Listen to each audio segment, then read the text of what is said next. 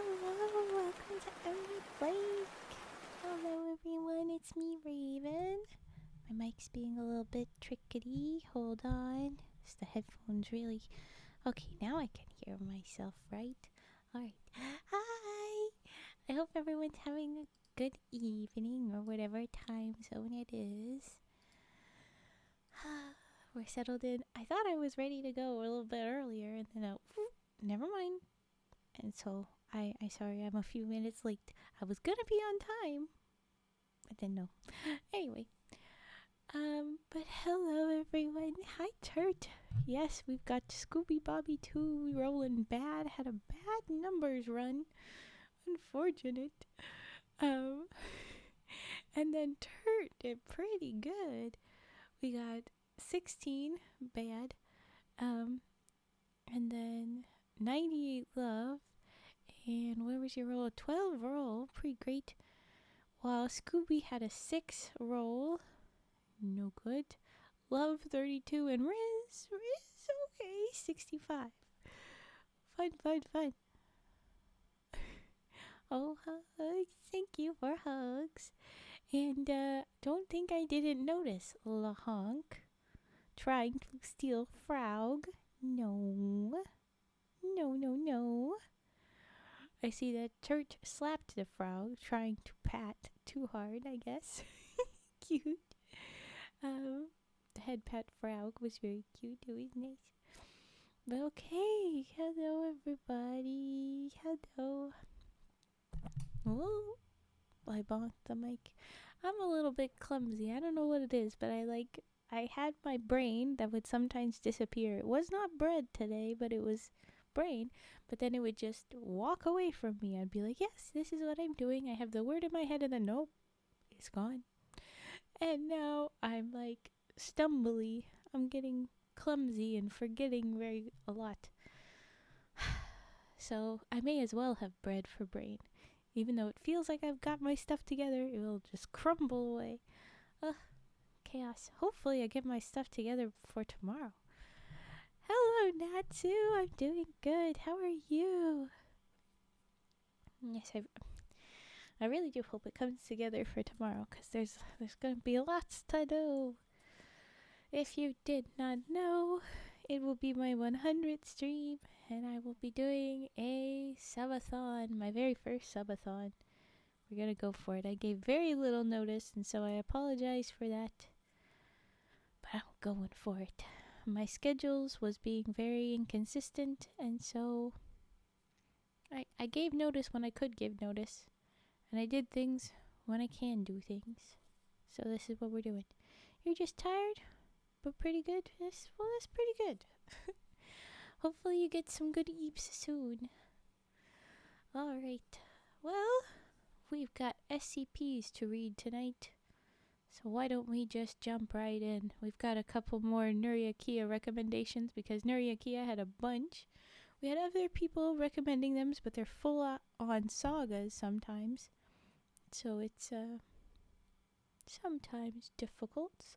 But we're going to go with a couple of Nuryakia ones that are just one-offs.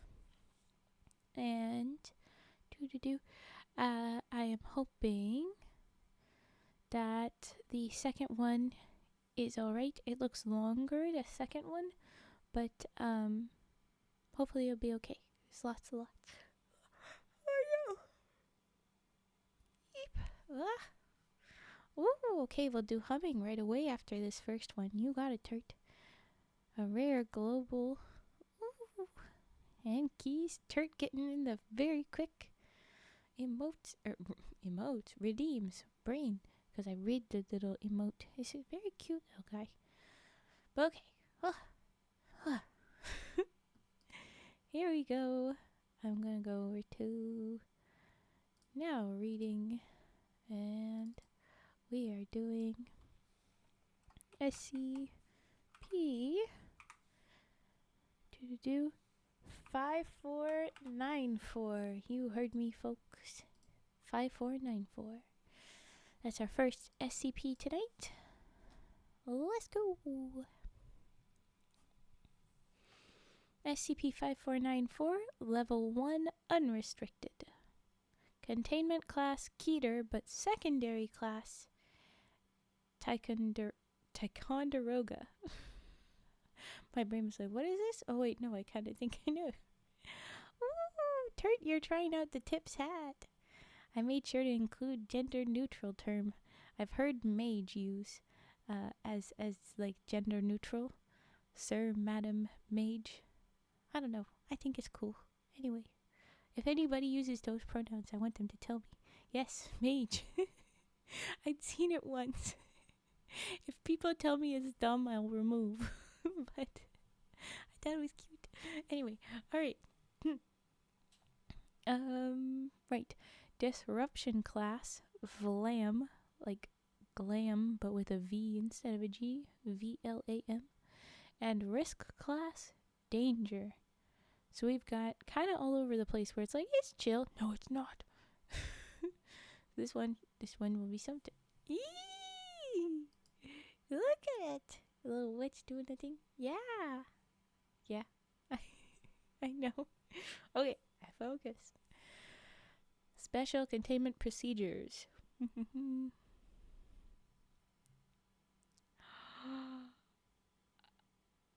Oh, I'm excited. Oh, I'm excited. Nuriakia, I'm so excited. I'm so excited to see what they do. I hope this is respectful and good. But okay, guys, I think we're going to get a crossover event here. We're dipping into SCPs that are indigenous based. Special containment procedures is SCP-5494 is contained by the cultural practices of the first peoples of the Great Lakes, and that has a footnote. Ticonderoga class objects cannot be contained by the Foundation, but containment is also unnecessary. So I'm gonna go ahead. It's in the back of my head, and I probably should know where I know it, but let me just. Ticonderoga is a place, but I'm fairly certain.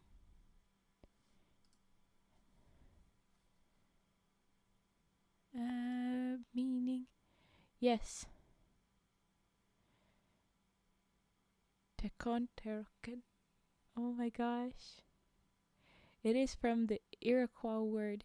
Yes! It means it's at the junction of two waterways. I knew it.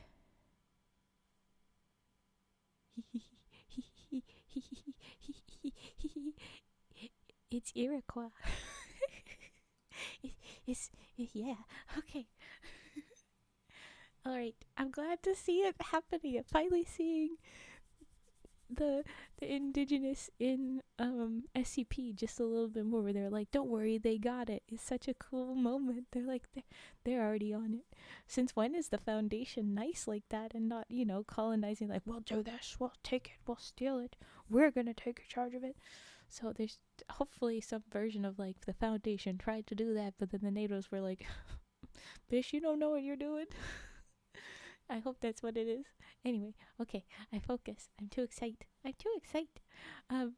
There's a photo here, and the best way I could describe it, it's definitely not it, but it kind of looks like there's a dark green to black obsidian. Ooh, a dark green to black screen with little white scratches. It's, like the old CCT stuff where it's like the dates and stuff is on it. There's like the scribble, the fuzz of it, old TV, old camera stuff, and somewhere in the deep green black, it kind of looks like Toothless from How to Train Your Dragon. There's like a big, the moment when he does the big wings up mating dance moment. He looks kind of like, I see ears and eyes and those things. That's what I see. But the point is, there's some vague dark figure in this murky colored, yeah. Okay, you can't see, but my hands have been going all over trying to talk when I speak, because also I'm excited. But okay, okay. It says an SCP-5494 instance observing a water intake station 220 meters below the surface of Lake Huron. Okay. So whatever 5494s are, there's multiples of them, and they're hanging out in the waters. Ooh. I do. And you know what I'm about to say back? We know this whole show. We know it. Go ahead. Hi, Frigid. Welcome in. I'm overexcited. It's gonna be fun. Ah! El Chiquitas, why you slap me? Why you slap me? I was excited and having fun, and you slapped me? Oh, good. You're all cozy. Oh, cozy. Okay. Ooh, 65 is not terrible. Not terrible at all. All right. Description. Here we go.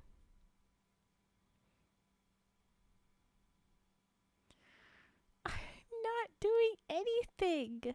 I'm reading. I don't know what you're talking about, Lahong. And thank you, Turt, for defending me, giving a bonk back to Fridge. But he's good. Lahong is on my side. Somehow Lahong joined your side. It's my way of saying hello. These aggressives. Now Lahong bonk Turt. Huh? Chaos. Okay. I focus.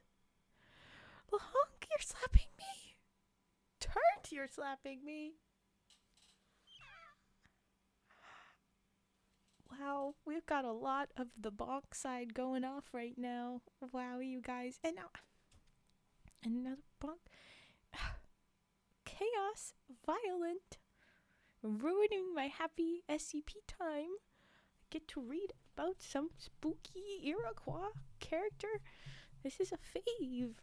You're gonna interrupt that? How rude. Okay, I focus. We're gonna try it. There's a meatwad command somewhere? What the hell does that mean? I don't want to know, but what the hell does that mean? What the... No! I don't like... No! Okay, go ahead and lurk, Lahong. It's probably for everyone's safety. El Chiquitas, love hurts, Raven. Oh, well, thank you. Okay. Okay, I'm gonna try and focus. Okay. Here we go. Description. SCP-5494 is a population of chimerical life forms. So they've got combinations and maybe shiftings, whatever. Ooh, 80% Riz for El Chiquitas. Nice. Okay. Those life forms, they inhabiting the beds of Lake Huron, Lake Ontario, Lake Michigan, Lake Erie, and Lake Superior in East Central North America. And then there's a footnote here. It says, in cryptobiology, a quote-unquote chimera is an entity with physical characteristics derived from multiple discrete species. Yes, multiples. I'm going to try. I had a me. About banished to the pouty table. Silly. Wow, okay. All right. Okay. All right. Yes. Though primarily feline, genus unknown. Ooh, so they're kitties. They're kitties. They're water cats. I'm excited. Okay. Primarily feline, genus unknown. Most cataloged examples also feature some combination of piscine scales, fishy, bovine horns, okay, rodentine quills, avian feathers, and a prehensile serpentine tail formed from pure copper. Specimens with more reptilian, ophidian, snake-like features are tested in oral histories of the region. So there's more snake and reptilian versions as well in lots of oral histories. Thank you for calling out oral histories, my guys. I'm ready. Water kitties. Careful, you might get catfished. Ha ha ha ha. Cat snaked. Oh wait, no, that's just a ferret. Oops, no, not a cat snake. Yeah, there's quills, there's feathers, there's horns, there's scales, there's kitty. It does have the reflective eyeballs like a kitty. Let me say it. No, that was a great joke. I like it. Don't take away that kitty. Come back. Okay. Precise enumeration of the SCP-5494 population in the Great Lakes is impossible. Specimens are capable of blending seamlessly into their environments. There are also camo kitties. Okay. Blending and disrupting both analog and digital recording apparatus and altering weather patterns. So they can fuck up the weather and they can screw up your recordings. Take that. The cat says stop. Cat says stop. Don't look at me. Get out of here. Go. Water kitties. Okay. Catfishes. Addendum 54941 experiment logs. Here we go. Covert Foundation shipping on Lake Huron during the construction of Provisional Site 43 in 1942 was plagued by storms and attacked on 19 separate occasions by anomalous entities. On the southeastern shore of the lake, the same entities frequently consumed workers at the Achromatic Abatement Section's new refineries for anomalous materials. Ooh. What's this? What's that guy? It's just a little wiggle. It's just a Dr. Dory wiggle. We need to go say hi to Dr. Dory soon again. Okay. Yes, they were going after that stuff. Okay. Co-directors Dr. V.L. Scout and Dr. W. Ridderek were ordered by Overwatch Command to attempt capture or neutralization of SCP-5494. How dare you take the kitties? How dare you try to kill the kitties? They're kitties. They're the deadliest animals on the world. Y'all didn't know? The most deadly animal in the world is a type of cat. You're not gonna get this. This is a a supernatural cat. You're dead. It's a no. Meow. Yeah. Meow. Meow, mofos. They're gonna get you. I'm too excited for these cats. To these fish cats. Not catfishes, fish cats. Okay. Ah! Oh, look at them. Rude. What rude? What happened? Oh, yes. Oh no, they're threatening you. Why? Why? And then they bonk. To be fair, they've been bonking a lot. Maybe Lahonk is just feeling... Oh no, wait, Lahonk didn't do it yet. Lahonk got first, just to throw it in your face, I think. Look at the kiddies. Smirking cat. Oh. Stop bonking, Cage. Cage is mod. Cage will stop you in your tracks if needed. Okay, I focus. You better be joking. Cats are not food. You are cat food. Be real. Be real. I mean, yes, some peoples would eat all kinds of animals, it's of course, but I mean, like, dude, no. Stop. Alright. A good slap, yes. Get the nonsense out of that brain. Right, they want to stop the cats. It's not gonna happen. It's just not true. More slaps, more. There you go. Bonk side, go after El Chiquitas. He's asking for it. Alright, so they're going after the cats. 1 mobile task force and 1 unit of D-class personnel formerly assigned to excavation duty were reassigned for this purpose. So they're like, oh, no more hard labor. I get to risk my life. Yay. Yuck. All right. Experiment 5494 RE01. They're gonna go after trying to figure this out with the frickin' cats. Date 05/24/1942. May 24th, 1942. You'll slap with sharp things? Oh. Scary. Okay, I focus. The intent of this experiment determined the dietary preferences of SCP-5494 based on their, amphibian and cat and I think it's safe to just give them fish, because most fish eat other fish. Reptiles would eat the fish here and there. The cats would like the fish. Just give them fish. Okay. Theory: SCP-5494 instances resemble mutated panthers, cougars, or lynx. Dr. Riderick suggested that their diet might therefore consist of both large and small prey animals from the surrounding environment captured at the shoreline. Yeah. That's it. That's it. Procedure: 1 wild deer was released into the lake near Provisional Site 43. What kind of deer? Oh. Okay. This is interesting. It takes a turn. Observations: an instance of SCP-5494 appeared, ignored the deer, and consumed the feeding team. Conclusions: SCP-5494 prefers hominid food sources.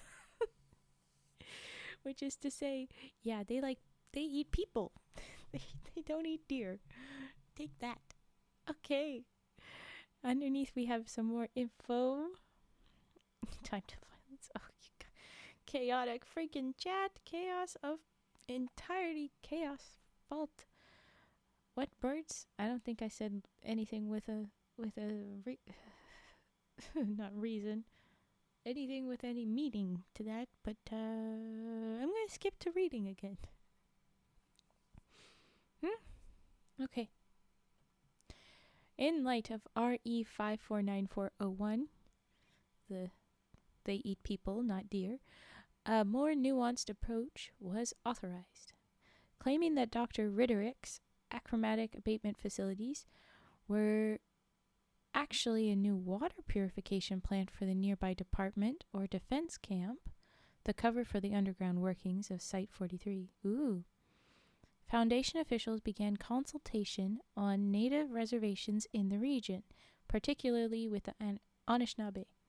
So that's one of the groups. And oh, guys, the Foundation finally doing it good. They've got a footnote here that's just more info on the Anishinaabe. Okay, so the footnote number 4 is the Anishinaabe are a cultural and linguistic grouping of First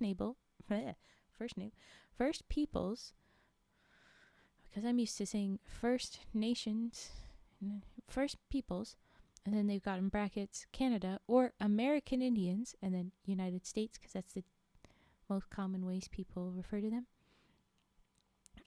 Speaking languages in the Algonquin family, including the Odawa, Ojibwe, Oji-Cree, Potawatomi, Mississauga, Nipissing, and many further subgroupings.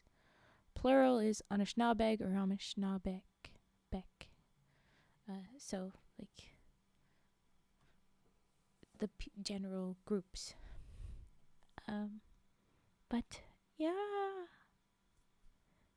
Oh my gosh, look at them. They're doing the Iroquois. Anishinaabe are one of the Iroquois. But oh my gosh. Okay. SCP-5494 was identified by elders in each nation as a class of Manitou spirits, in brackets there, known as, and then they've got, in quotes, different words, and I probably am pronouncing these wrong because I have not looked into this. I haven't tried. Wait, the name of this one. What is the name of that one? As Veet stab now. Wow. I've never seen one as like a do that now, but okay. Why are you trying to bite me? Stop. Ah. Okay. Focus. The point. The Anishinaabe name for these creatures. Do you want to hear it or not? The spirits are known as Mishipeshu or Mishibeshu, or a variety of similar terms. So something like Mishibeshu. Epithets in English include underwater panthers, in quotes, and great lynx, quote unquote, great lynx. So, just different versions of like, no, not Mitsubishi. Mishi is cat in Spanish. No, I thought it was gato. Is that not gato? But that would be interesting. No. I thought gato was cat in Spanish. I'll go Google.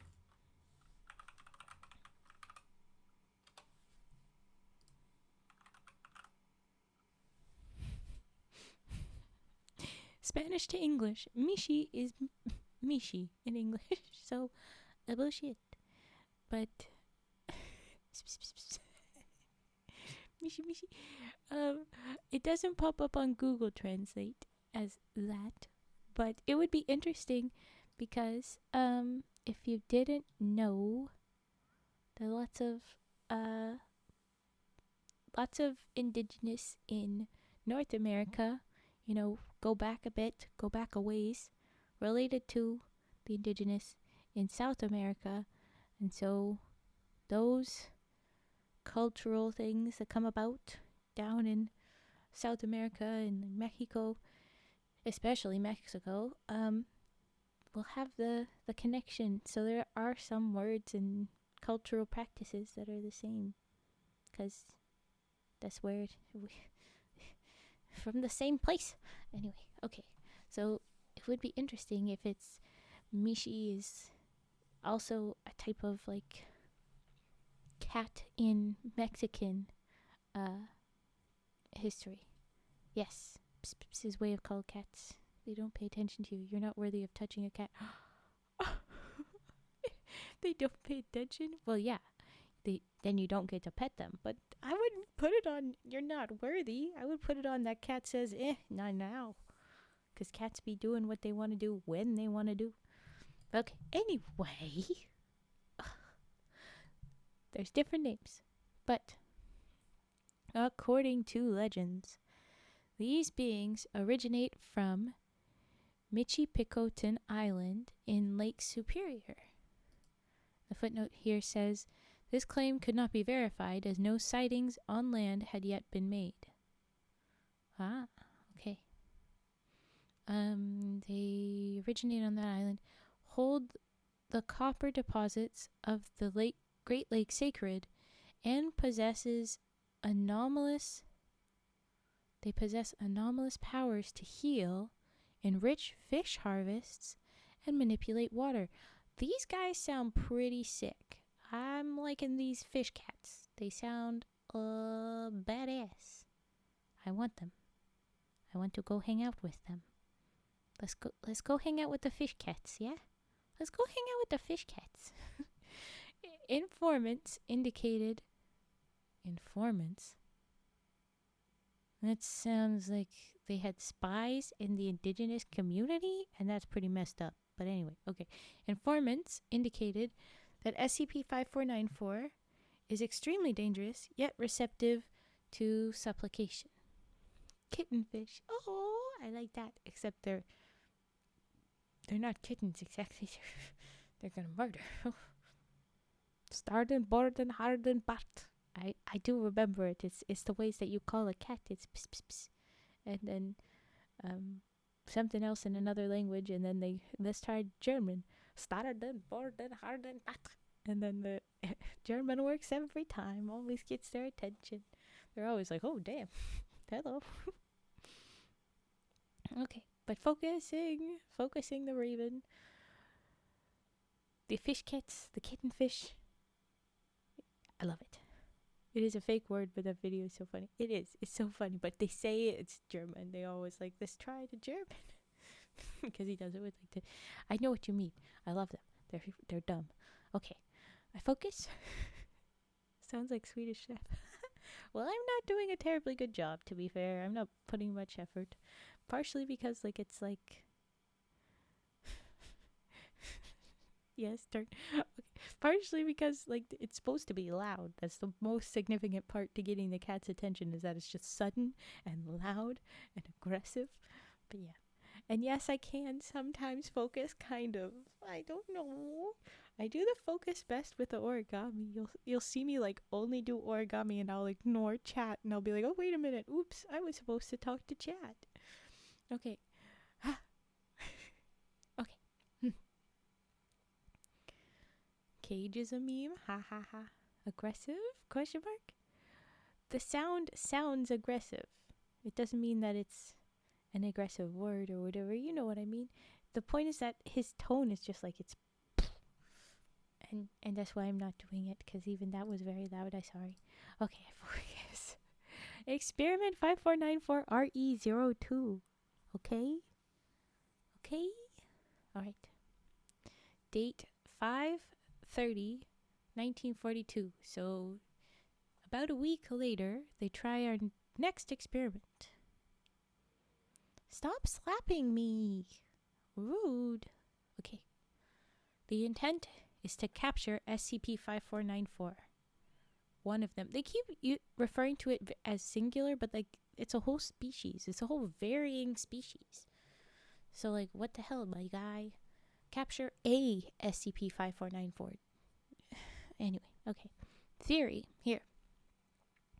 Ojibwe Anishinaabe elders explain that SCP-5494's connection to copper was discovered when a youth successfully defeated one specimen by battering it with a wooden paddle, breaking off a piece of the metal from its tail. Ooh. Well, this sounds a heck of a lot like we could go read a story about them.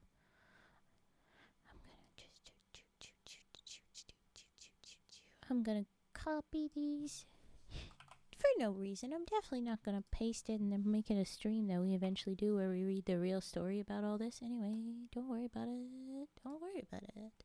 One of these streams, I'm gonna keep a timer of how long we sidetrack you.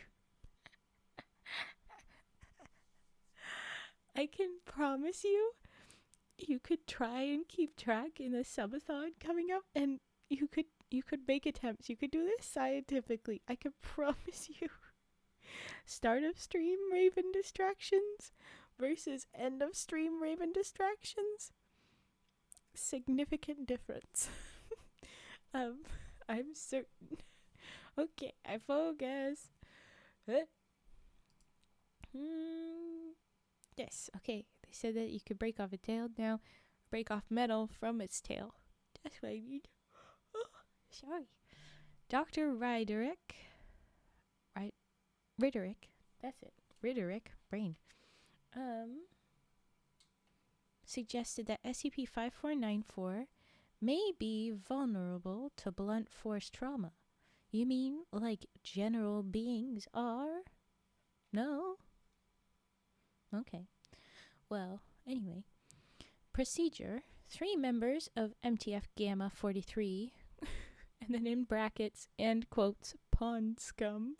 So I guess that team calls themselves Pond Scum. Because they hang out at the lakes. It makes sense. It's silly. Okay. They were instructed to patrol the waters near Provisional Site 43 in a reinforced raft and capture an SCP-5494 instance. See, there you go. Using the correct, proper, anyway, grammar. Agents were armed with automatic rifles and riot sticks. Yay, let's shoot it to death. That'll do it.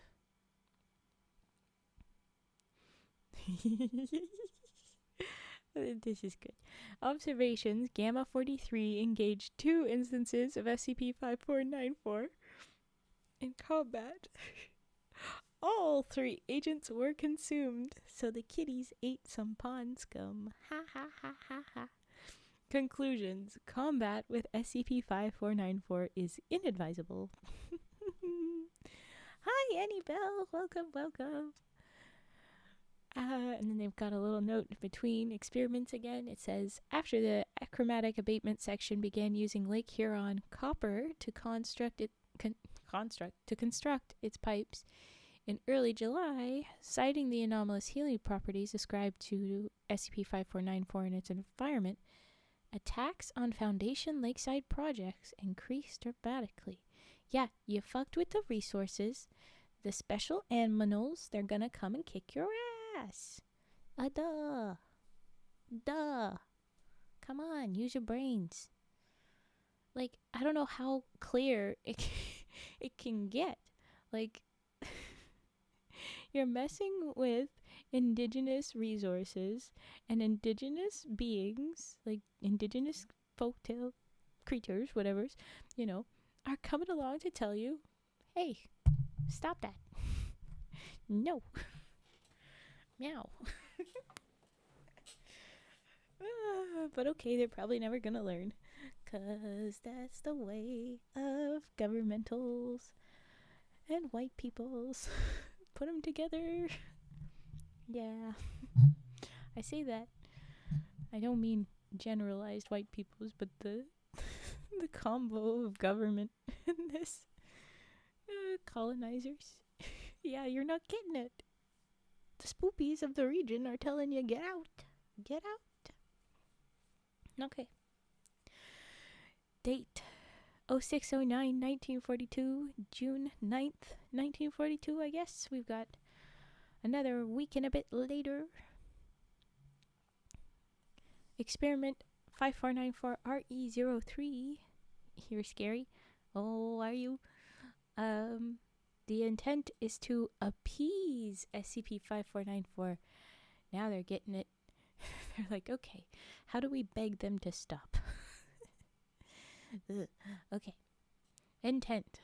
Oh, no, I just read that. Theory. Oji Cree Anishinaabe elders described a game wherein one child takes on the role of SCP-5494 and attempts to drag others into the water with them. Okay, so it's a game where they're, it's, I'm gonna drag you underwater, I'm gonna get you like the water monster. That kind of thing, I guess. You're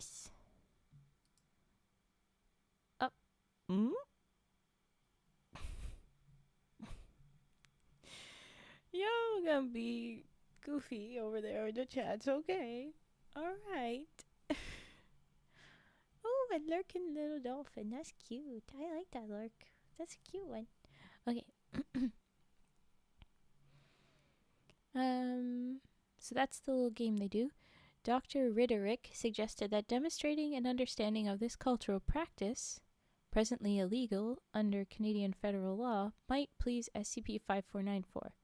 Because, dragging a child underwater in just a playful game of, maybe I'll drown you, does sound concerning. I imagine the government would say, hey, stop. Thanks, Canadian federal law.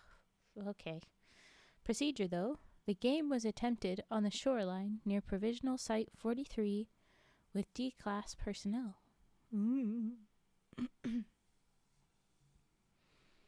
Observations. Here we go. 3 instances of SCP-5494 observed the game until all personnel had been pulled into the water, at which point they consumed them. Okay, so the kitties watched until everybody was under the water. They were just having fun, but then once everyone was there, they ate them all.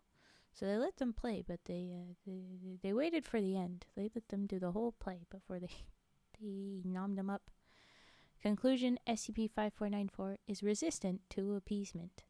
Yeah, you can't reason with cats very easily. Want to see a cursed meme? A cursed emote? Yes, show me the cursed emote. There is a little note underneath that experiment before the next one. It is construction on achromatic. I realize I might have been reading this all wrong from the beginning, but anyway, Achromatic Abatement Facility AAFA was halted in mid-June 1942 when SCP-5494 demonstrated the ability to attack workers at inland job sites. They had never seen them on land, I guess. This ability had been attested by multiple Anishinaabeg sources over the preceding months, but as all sightings had heretofore taken place in marine environments, their testimony had been disregarded as superstition. Why the fuck would you think it was superstition when this being was confirmed real? Like, why would you disregard that? What part of that? That is just straight warning, you dumbass. Why would you do that? Okay, yeah, maybe you think it's superstition if you don't ever see that creature, but like, okay. Anyway, yes, that is pretty cursed. Little milk. But it's also very cute. I like it. I'm going to keep going. Yes. Experiment 5494 REO4. Ooh, about a month later, they say date 07/02/1942. Wait, that's today's date. Today is 07/02. It's July 2nd. Okay. Raven angry? No, Raven not angry. Raven's like, well, maybe. Raven's angry at the people disregarding indigenous knowledge and being racist. But, you know, besides that, just a quick, you dumbass, move on. And then back to story. You guys. Okay. But alright, yes, so now we're at, jeez, how long ago would that have been? What's 2024 minus 1942? 60, 80 years?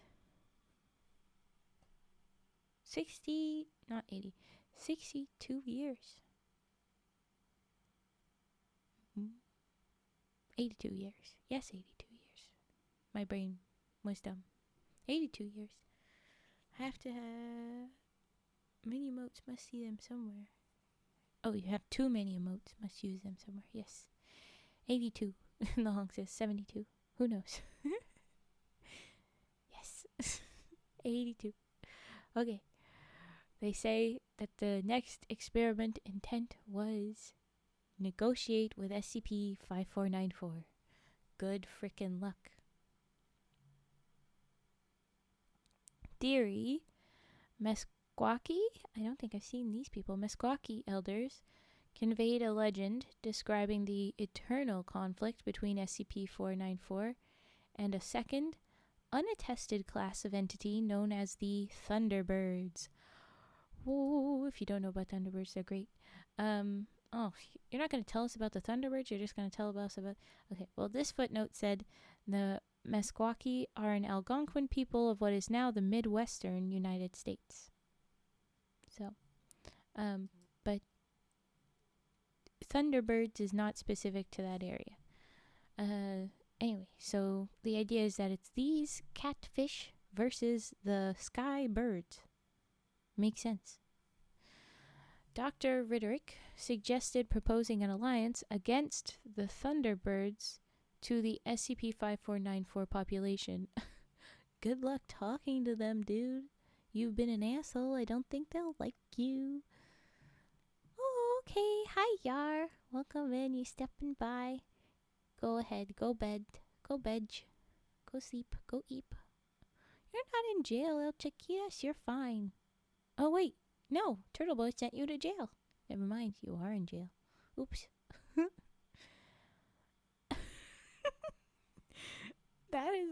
That is a hell of a thing. The little uppies. It's cute. Okay, try to focus here. Try to focus. So they're saying that they're gonna try and get an alliance going.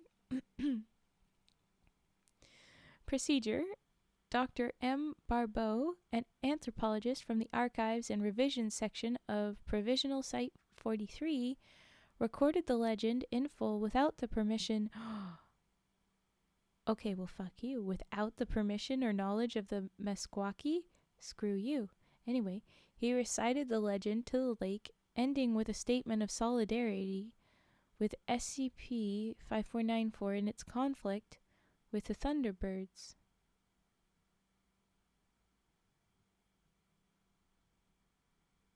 Oh, no, they did it the other way around. They're trying to say, hey, we'll team up with you against Thunderbirds.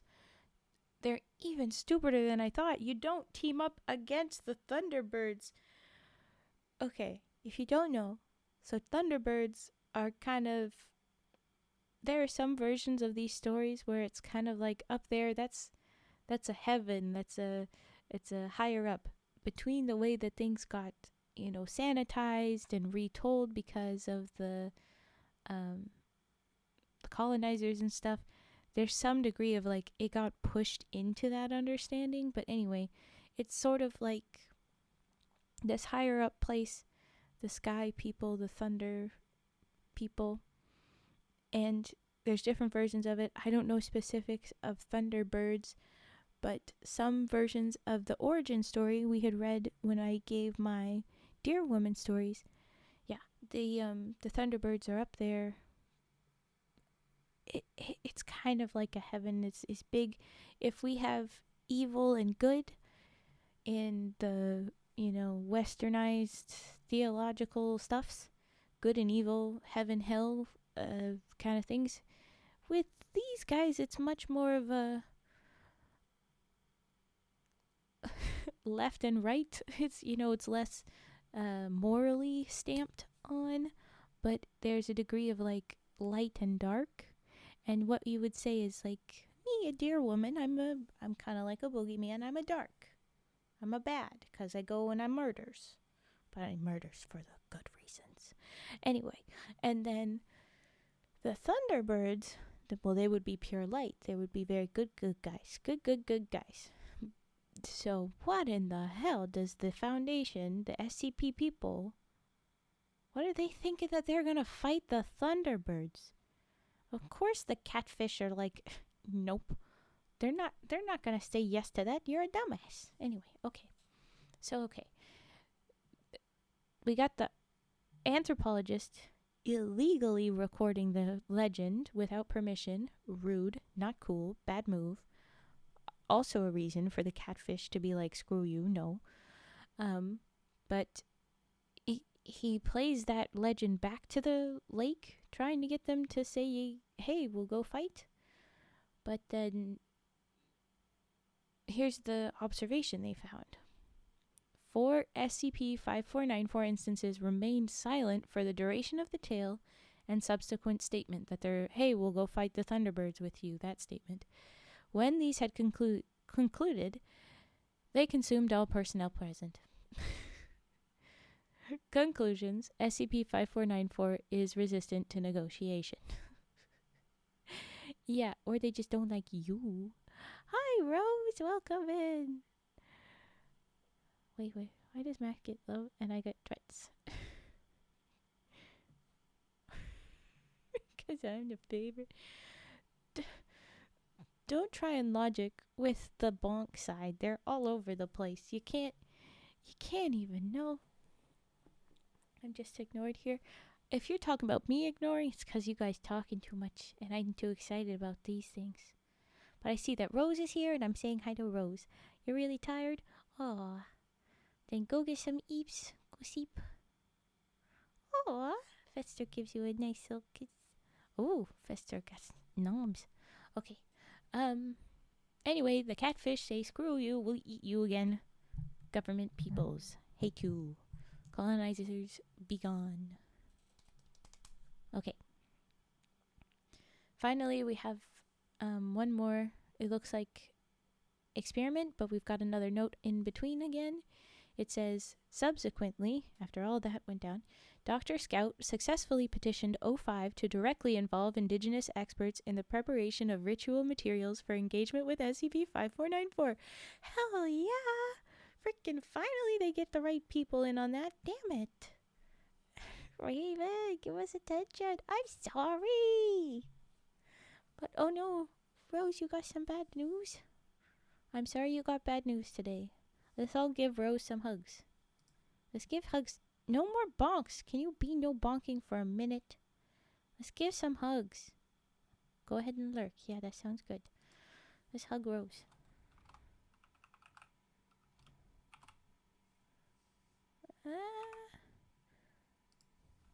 Yeah. Hugs. Hugs. Hugs. Hugs. Okay, well that one it looks like the bot's not going through, but that's 4 hugs. We promised 4 hugs, even though only 3 were recognized by bot. 5 hugs. And El Chiquitas slapped me for some reason, but okay. Thank y'all. Of course, Rose. Settle in and get cozy and eepy. Hopefully no more bad news here. But Raven is reading a story. I am reading a story with lots of bad moments, but also great moments. I'm sorry. Because somebody put Iroquois stuffs, indigenous stories and stuffs, and creatures into the SCP world. And they're actually... I'm so excited. It's been so fun. And it's extra fun to be like, why do white people do this? Why? Why do you choose this? Okay, but anyway, I'm excited. Okay, here we go. Why are you saying thankful? Oh, you said thank you for the head pats, but then you were like, the slap. Never mind, I take it back. What, Raven reading? Oh my god. Oops, patted too hard. That happened before with Turt. I think it's an excuse. No thanks for you. Rage. Oh, cute. Yes, I will try and focus and read. Mostly Raven is ranting. But okay. Reading. We've got another experiment about 2 weeks after the last one. Or 3 weeks. Anyway. Experiment 5494 RE05. Date 07/21/1942. Intent. Appease SCP-5494. But this time, the appeasement is maybe through the right channels. Here we go. Hi, Huntsman. You killed someone in a game and they said I smelled like cheese. Are they calling you stinky? I don't know. It's weird. You do. Okay, Mask, I don't like that you seem to be able to smell people through the interwebs. It feels uncomfy. And, yeah, good luck with that, Huntsman of Atlas. Back to story. Okay, so they're gonna try again to appease our catfish, fish cat, kitty fish, whatever. The one more time to scroll back. Mishi Peshu. Dems. Okay. Yeah, imagine how I felt when the skunks were here.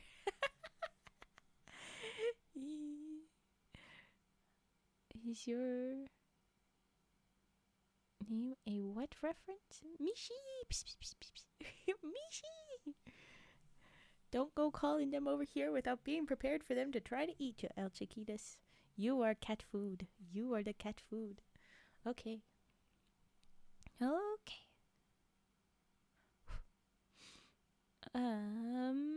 So the theory that they're going to go after for this appeasement attempt, Potawatomi Anishinaabe elders demonstrated the creation of a medicine bundle, they have it in quotes, a medicine bundle, bound in snakeskin, a traditional offering to SCP-5494. Turt, you are my Mishi. Aw, he's calling you his cat. At least by his suggestion. I have never had Mishi as a... I tried to Google Translate. They gave no confirmation of what Mishi means in Spanish. Just means Mishi. That's sweet, I think. Yeah, I think.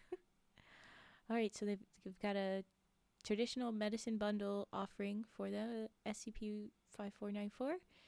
The elders presented their bundle to the lake without incident.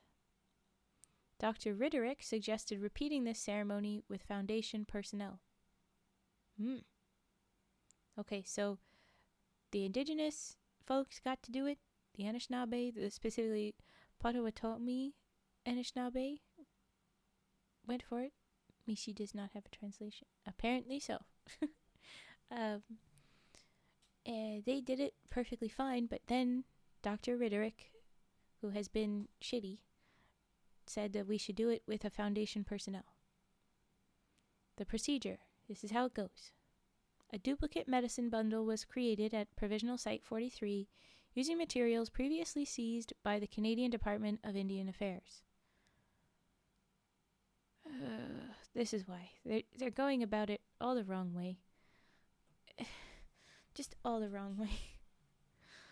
Why? Cosita Linda, meaning cute little thing? Yes. Cosita means little, but I don't know what Linda means besides Linda, a name. But okay. The people are going to try and recreate this, but they're not doing it right. They're not doing it right. They're not doing it with ceremony. This isn't going to go well. You're using stolen. Linda means cute? Like my third eye opened or something. It means cute? Yes! It all makes sense. Okay, I focus. The medicine bundle is gonna go bad. They're not doing it right. They're using it by seized materials, stolen goods. Aw, Raven is Linda. Am I Linda? What? Why, thank you, Vass. That's sweet. Okay. The two remaining MTF Gamma 43 agents, again, Pawn Scum team, which is so silly. The rest of their team is eaten. They presented the bundle to the lake, beseeching SCP-5494 to protect the achromatic abatement facilities and grant healing powers to the copper used in their pipes. Okay, so you're pushing it. You need to just be like, hey, please don't eat us. That's all you gotta do. That's all you needed to do. But they pushed it. They were like, hey, protect us forever and give us your healing magic.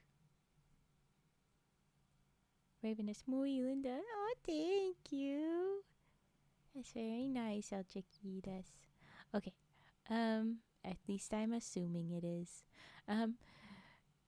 Observations. How did this go when they did this? 5 instances of SCP-5494 consumed all personnel present. Focus, Raven, focus. Sorry, I was trying.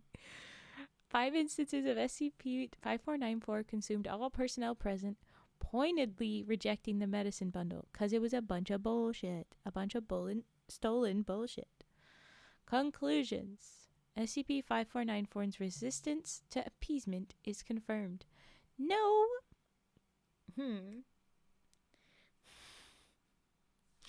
If the right people go about it in the right way, it works perfectly fine. But you guys were being dicks about it the whole time, so it didn't work. Adoy. Raven and Focus generally don't work together. Well, that's just rude. I didn't say not true. I just said rude. Okay. Alright, well that's the end of the experiments. But here we go with the addendum. Addendum 54942. Response outline. Historical Review Group CLIO4, there's a link there, but it goes to nowhere, had by this time identified 30 uncontained anomalies. Oh, what are you doing? It's loading. Why are you loading? Stop loading. Okay. They identified 30 uncontained anomalies native to the Lake Huron region. So there's at least 30 of them around. When consultation with indigenous informants revealed detailed knowledge of all 30, Dr. Scout took over management of SCP-5494 from Dr. Riderick and petitioned O5 to classify the affected reservations as a nexus. And the footnote says a nexus is a populated, persistently anomalous location excluded from standard containment procedures. Well, I'm glad somebody took over and smacked them into realization. Ugh. Because, yeah. Get your stuff together. It's different. It's going to operate differently. Now, there's a link, but that again goes nowhere. Yay. A link to nowhere.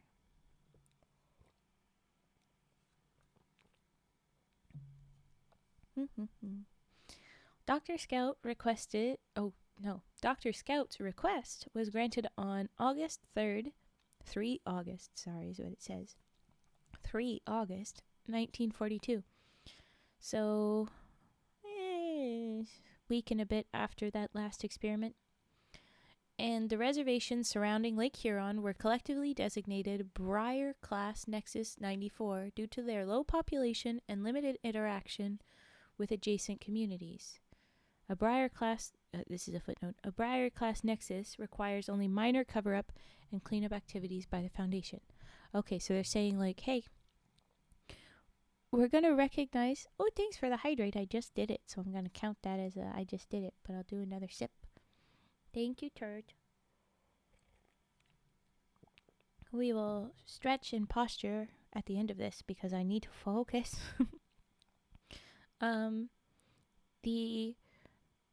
The folks are like, okay, so it's just too much of the frickin' stuff going on. We gotta just admit defeat, I guess, a little bit. And we'll say that this is, just how it's gonna go. But we don't have to do much covering up because it's low population and they're already, they know about all this. Because they're aware. And in a way that it's chill. So they're like, don't worry about it. They set it to a different designation to make it work. And then, okay, it says the Anishinaabe and several neighboring groups were thereby made exempt from standard amnesticization. I said it half right the first time. Amnesticization procedures. Amnestization? How would you? I think it's amnesticization. Even though it's, yeah. Anyway, freaking shut up. Freaking Raven. Okay. The federal government's quote-unquote Indian agents were explicitly excluded from this arrangement, having failed to demonstrate appropriate levels of discretion. Which is their way of saying the natives were chill about it, and they don't have to have the amnesticization, but the government people coming to control the Indians, yeah, those guys are narcs. We better amnesticize them very quick. Get the narcs out of here. Okay, I'm gonna say it. I fuck with this. I'm on board for this version of things. Okay. Now we have a photo of Lake Huron, Georgian Bay, and it's Michigan, USA on one side, and Ontario, Canada on the other. And we see a little dot for Site 43, bottom of Lake Huron, on the Canada side, but not far at all from the America side, USA side. And it's got some white. That's all of the US stuff. It's got some pink and it's got some green on the Canada side. So what does it say? Lake Huron and surrounding area, present day. Extent of Nexus 94 reservations in green, non-inclusive. Okay, so all the green is our Nexus 94 and the reservations. Cool. Site 43 in the red circle, like down at the bottom, yes. Canada in pink. And then the United States of America in white, like I said. Aha. You say time to drink the ocean? I will drink my lemonade then, because it's not water but has a little bit of salt and sugars and stuffs, which is closer to what the ocean is in theory. Okay.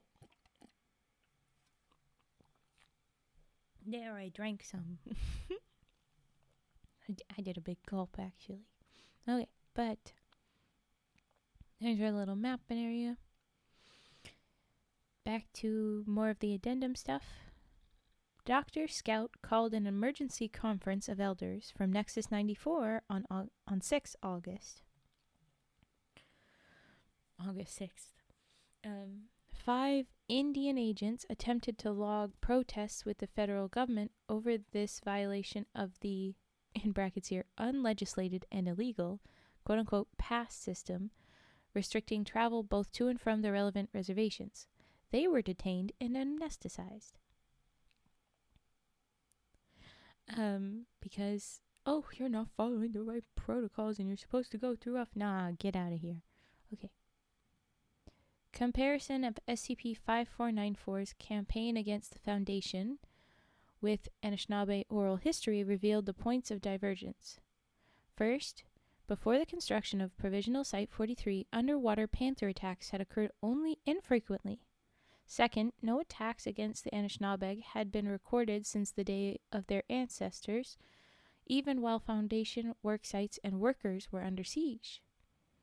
Third, in every surviving tale, the underwater panthers drown their prey in the lake rather than consuming them.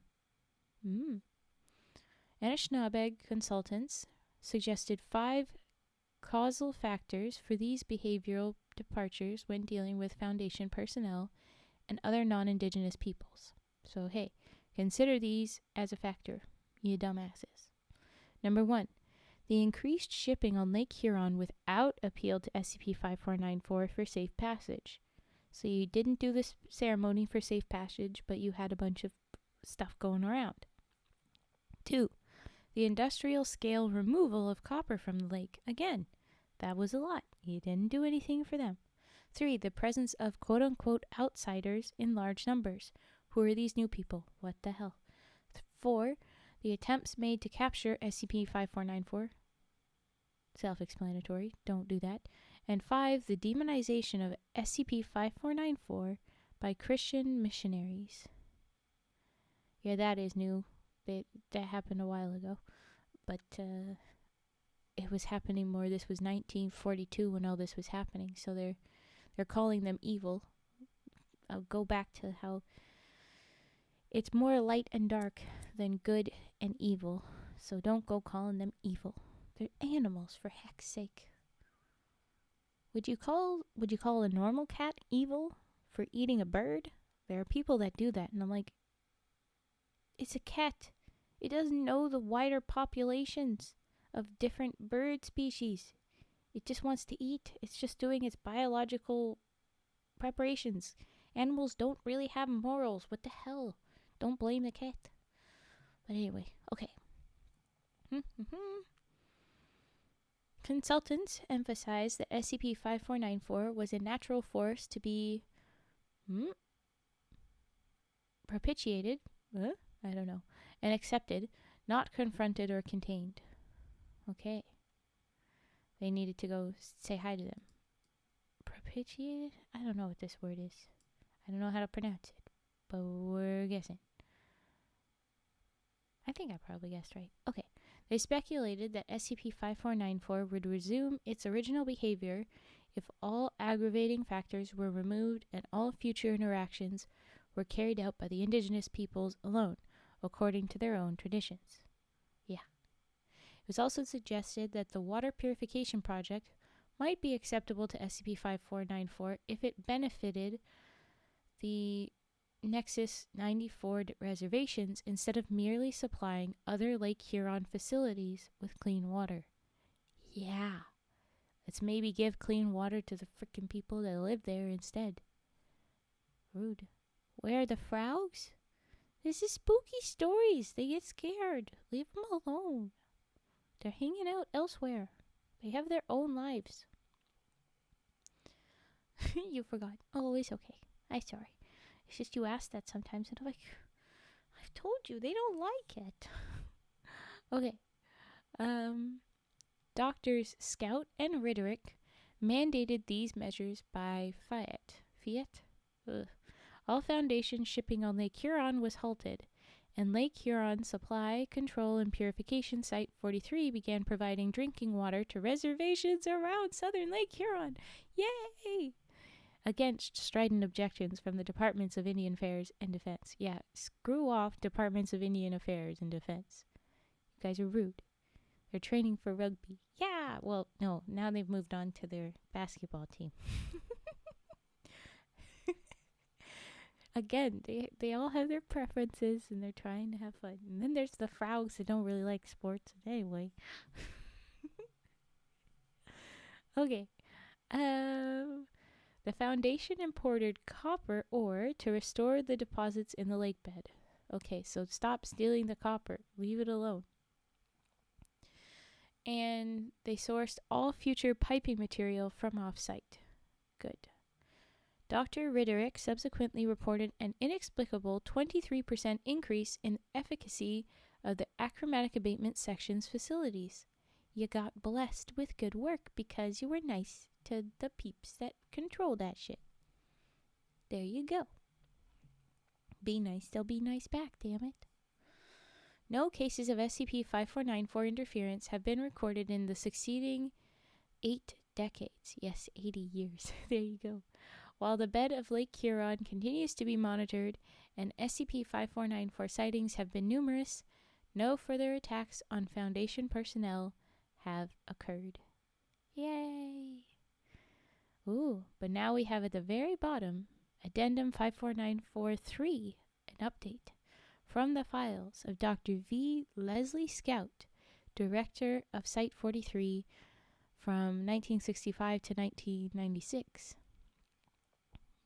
They say, I'm constantly having to explain to visiting Foundation officials that, yes, there are uncontained underwater panthers in the lake, and no, we are not attempting to contain them. There has been a serious failure of understanding here. It's not our lake. They're not our panthers. This is from V. Leslie Scout, Journal Entry 09/15/1966. Hell yeah. I'm sorry, but that is like the best ending. They're not our panthers. This isn't our lake. This is, one, generally we don't own that. That's like, it's not something that they're gonna wrap their heads around. You don't own that. But two, it's like, if anyone were to, no. It's theirs. It's theirs. It's not ours. We're just shoving our whole building into their land. Is the water wet? I'm not starting that fight. Is hot dog sandwich? Is water wet? I don't know. Is it? You decide what you think. I'm just gonna keep fangirling, fan-womaning, fan-deering over this story. Nuria Kia! Yay! It was so good! It was so good! I'm gonna click to a little heart next to it. Catfish. It's so good to see. It's so good to see. And even better to see that this is the first SCP where it's like, we tried, we can't, we just can't. Fuck yeah!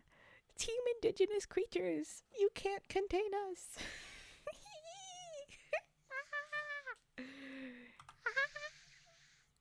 I have stars in my eyes for real. It's like I'm a beast. Yes, hearts, hearts, hearts. I love it. It's so late. So great. I know it's stupid, but I love it.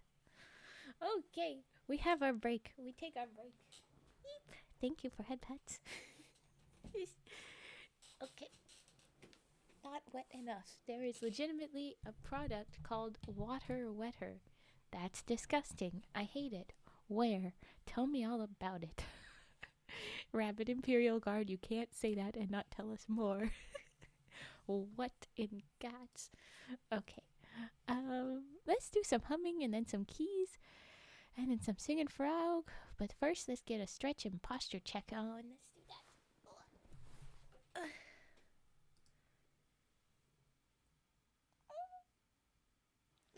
You've returned with food.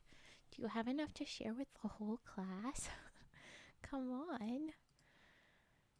You can't keep it just to you. You gotta share. Let's do hummings. Humming. Dry water is also a thing. No.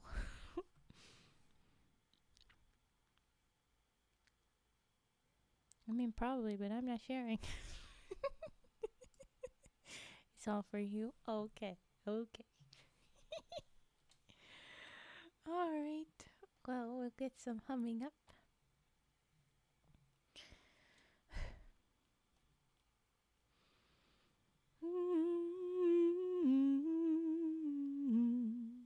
No, I can't. I need to cough. I need to cough. Hold on.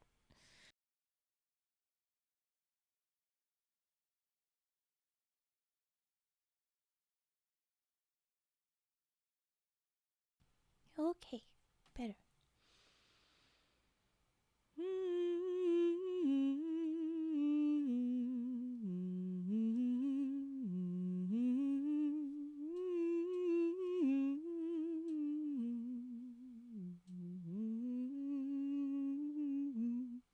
Ooh, it's for race engines. Antifreeze makes coolant less effective, but pure water can cause a lot more corrosion. Water wetter is an additive that helps with that corrosion problem. It doesn't need to be used in the same quantity as antifreeze. Huh. Intriguing info. Why, thank you, Rabbit Imperial Guard. Thank you. Thanks. It's very cool. Okay. Hmm.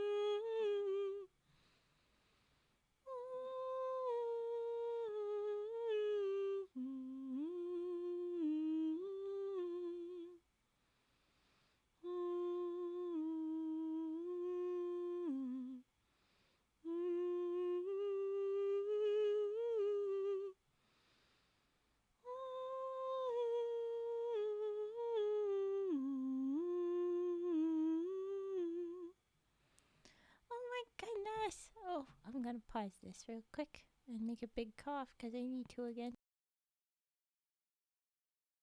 Ugh. Hi. Hi. Millennia Echo, thank you for raiding in. Welcome. If you need to go and take care of yourself after all that, the streaming be a lot sometimes, go ahead and go. But thank you for coming in. I hope you're doing good. Take care of yourself. Oh, goodness. Oh, my stream ended early because of internet dying. Oh, yikes. Sorry to hear it. That's no good. Well, go ahead and hang out. Hopefully it's all gonna go well after this. And next time you stream, it does not do any problems. But go take care of yourself. Go eat whatever you need. Thanks for coming in. I'm just gonna get back to humming. But yeah. Okay. Here we go. Where was he? Oh, yeah. I thought I turned it off. I didn't turn it off. The little humming thing. Okay, great. We got raiders locked on the gates. Okay.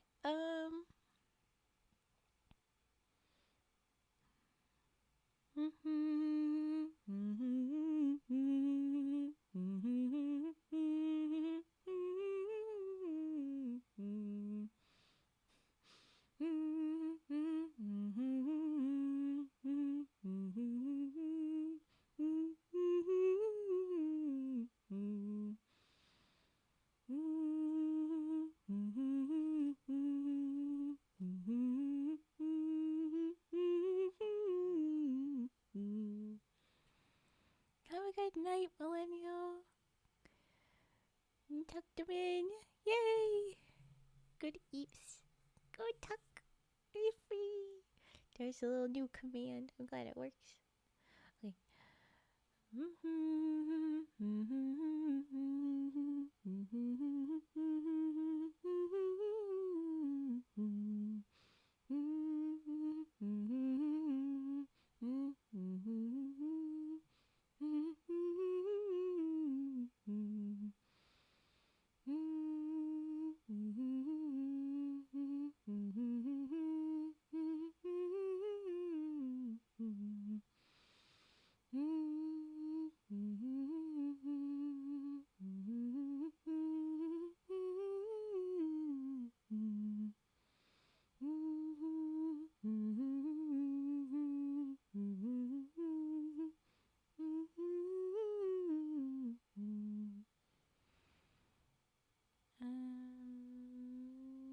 Yeah, I think that's what that is. Okay. I would do. Where is it? Mask says, slaps. Oh, thank you, Rabbit. I feel like I don't sound as good as I should today. But hopefully, after a good eeps, I will sound not so good for the stream subathon tomorrow. I hope this all sounds good, because I'm nervous that my voice is gonna like completely die right the heck out. But I've got some like lozenges and everything. Hopefully it goes well. Where the heck are my keys? There they are. I'm like, I have to do the tinklies. Where the hell are the keys? I found them. Okay. Keys. Here we go. And then we'll do Singin' Frog after this. Keys time.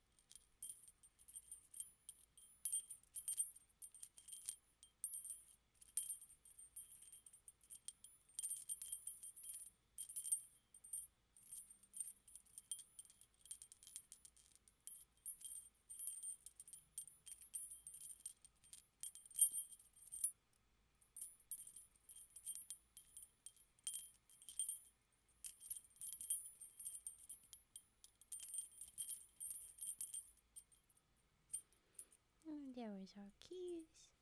Mask, you say usually people take a break from streaming before doing a subathon.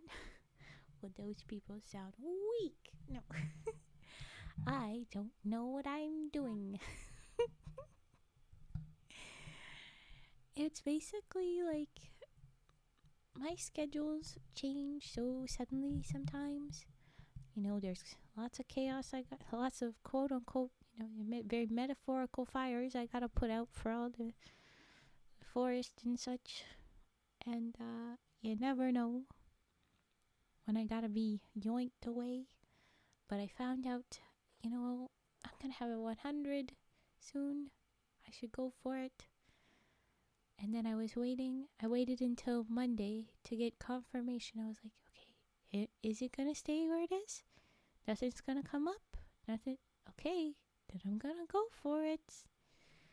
Dear woman is insane. Little bit.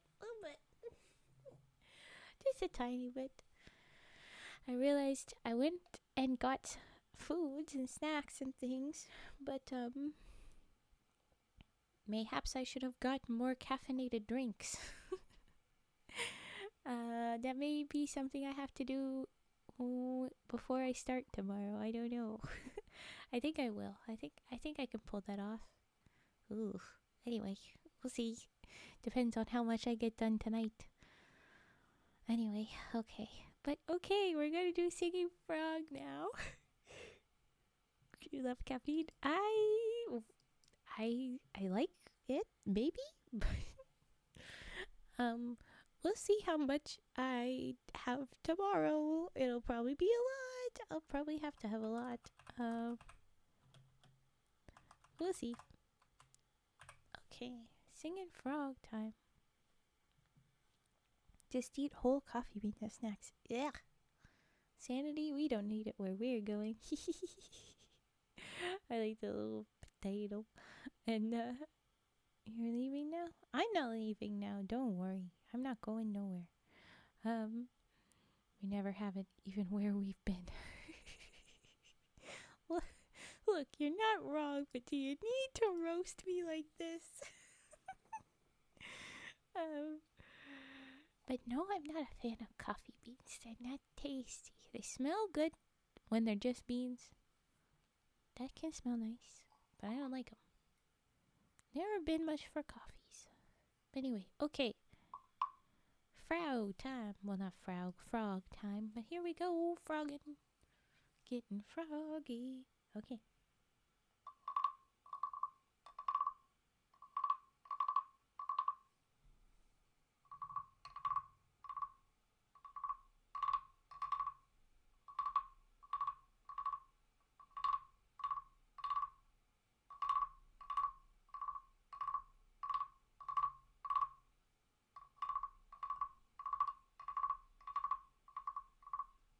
The frog is not saying eat me because it's wooden. Listen to this. It's wood. Me trying to eat it does not go good. It's wooden. I didn't show him off. I haven't shown you. El Chiquitas, you haven't seen my little wooden frog. I have to show you tomorrow.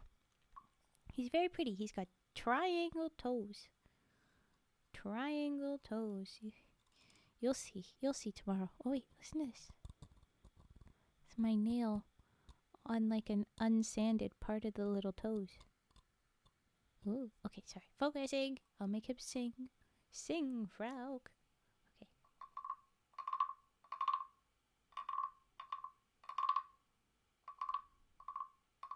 He's not saying eat the frogs either. Bap you. Bap harder. Take this. Ooh, that was too hard. That was too hard. Sorry. But okay, here we go. Back to Singing Frog. That one should be a clip. I'll bap you for that, and then oh no, too much. Oops. Okay, I focus.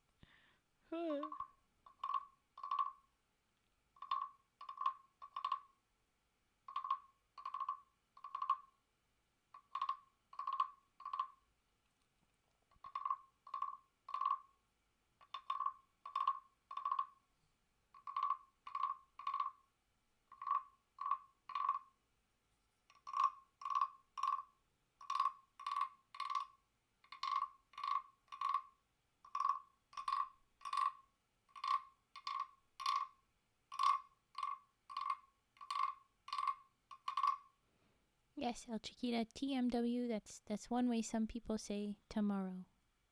Tomorrow, yes. See?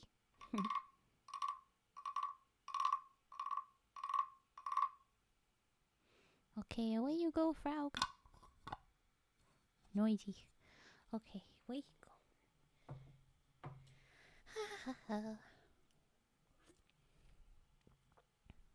Alright, so we're going to do another SCP read. And I'm going to put this away. It looks like every one of the links on this thing was uncooperative. It was a link to nowhere. Yep, every one of them. It's saying privacy error, so I don't know what's going on with that. Either my computer is fricked up, Or they're not updating their links, which is unfortunate. Okay. But here is the next one. It's SCP 5520. And it's going to be very long. So, we need to brace ourselves. And there will possibly be a break in between. But this is also likely the last story of the night because it is so long. We'll see. We'll see how go. Let's go. Let's go. Okay. SCP 5520. Level 5. Top secret. Top secret. Oh, hold on a second. Just a little bit of a cough. Containment class, Archon. And I would have said Archon, but there's a picture of like a bow and arrow. So Archon. Disruption class, Keneq, Keneq. Risk class is just warning. Special containment procedures. Containment of SCP-5520 is unnecessary at present. The footnote says Archon class objects can be contained but should not be. Ooh. Intriguing. Okay. Should containment become necessary, sundown, all caps, protocol must be initiated. The Lake Huron bulkhead gates will be opened, flooding Achromatic Abatement Facility AAFW. So once again, we're at Site 43. We're at the lake. Cool. This will activate the expanding foam seeded into the facility, sealing it. Interesting. Scranton reality anchors must be strategically placed to direct the growth of AAFW away from Site 43, the bed of Lake Huron, and the surface. All access to AAFW is prohibited. Oh. Does that mean in all times or just during the sundown protocol? What does that mean? Okay, well anyway, update, it says sundown protocol may only be enacted by Overwatch Command except under emergency circumstances. But the rescinded containment procedures was that sundown protocol may only be enacted by the director of Site 43. So that's changed. All right. Next, we've got a photo here on the side before the description here. It says Achromatic Abatement Facility, AAFW, and SCP-5520. We've got, like, if you take a black rectangle, there's a cutout with a bunch of lines. So it looks like we're looking at something through somewhere else. I can't quite tell. It's like there's a hole in the wall kind of thing, maybe. And it looks like a great big facility, lots of pipes and stairs, building, lights going on. It's just lots of levels of flights of stairs and chaos of how they overlap each other and lots of pipes. And then at the very bottom there looks to be like a little humanoid figure, a little shadow there. Not very clear images of what's going on for either the facility, what it is, what it does, what it really looks like, or the SCP. Just a jumble of stairs and pipes and a little figure at the bottom. Okay, description. SCP-5520 is former SCP Foundation senior researcher. Ooh. No way! It's Dr. Riderick, the guy we just were talking about before. What a twist. Okay. Wow. All right. Whoa. Okay. What does this mean? Oh no. I'm spooked. Get ready. Okay. So, okay, all right. So, it's Foundation Senior Researcher and Provisional Site Co-Director Dr. Wynne Riderick. SCP-5520 is a Class 3 reality bender. Was he always a reality bender? Or did he become a reality bender? And shouldn't he have used that when we were doing stuff before? I mean, like... What an interesting time to follow, SCP Foundation Researcher 29. You wouldn't happen to be a reality bender, would you? Would you? You got me spooked. You got me spooked, everyone.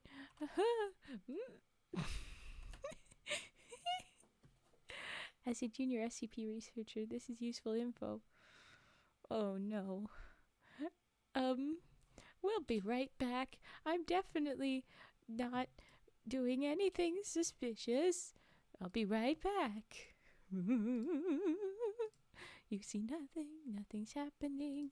Nothing's happening at all. No, not even a little bit. Nope.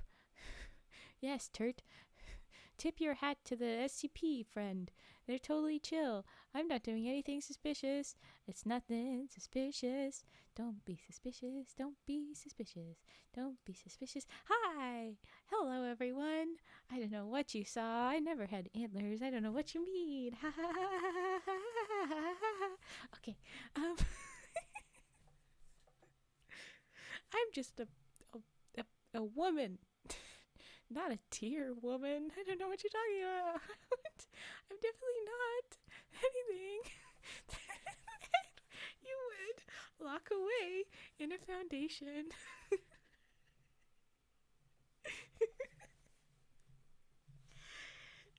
I don't know if I took my meds, but I swear I saw you with antlers. Don't be ridiculous. Don't be ridiculous. Yes, inform them about your meds. That's clearly the problem. I mean, of course she didn't have antlers. She's definitely not a deer woman from the Iroquois folktales. She's definitely just a woman. Definitely never had antlers. Definitely doesn't have deer legs underneath anything. Okay. Yay. Alright, I focus on reading this fun SCP about a reality bender.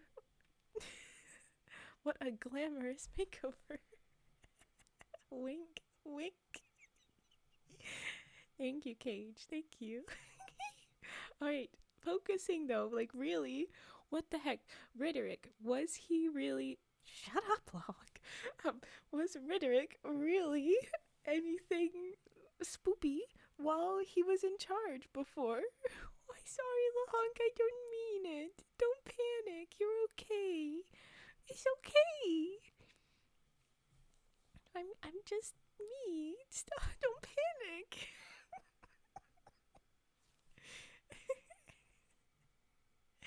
Oh no. You're getting... The cheeks hurt. The cheeks hurt. They took the brows and the antlers. No antlers. Never antlers. Nothing. Nothing happened. Oh, please don't cry. Please don't cry. They ate the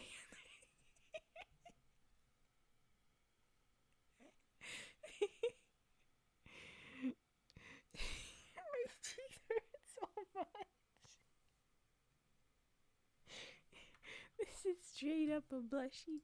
I must... Ooh.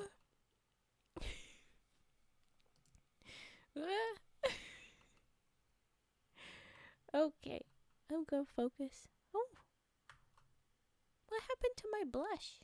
Oh, it's not activated on her. That's a problem. That's a problem.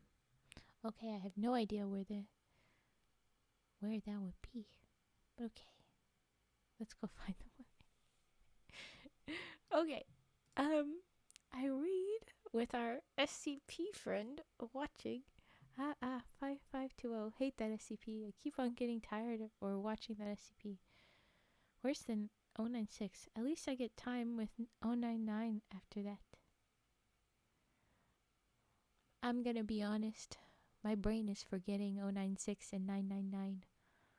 I couldn't tell you what that was refer. Hey, who's being anonymous? Who's being a little sneaky anonymous, gifting them? Oh my goodness. We have a tradition. We drop money frogs whenever somebody has gifted or anything. So we dropped in the money frogs. Look at all the money frogs. And whoever did gift, I may need to just give a little talking that we don't like to invite Foundation people over here. Thank you, Anonymous. I shall spare you for becoming a D class. Wow, okay. Oh, Raven's really struggling, everyone. I truly wonder who it could be. It wasn't me. It better not have been Cage. It better not have been. My squinty little eyes. They don't look good, but they're sus eyes. Where is it you? Okay. Cross your heart? Okay, well then I'll trust. And I'm definitely not panicking at all about having an SCP person, a Foundation personnel hanging around all the time, watching me, assessing all of my stuff. If it was me, may I become D-Class. No! Don't do that. It was them. It better not. It better not.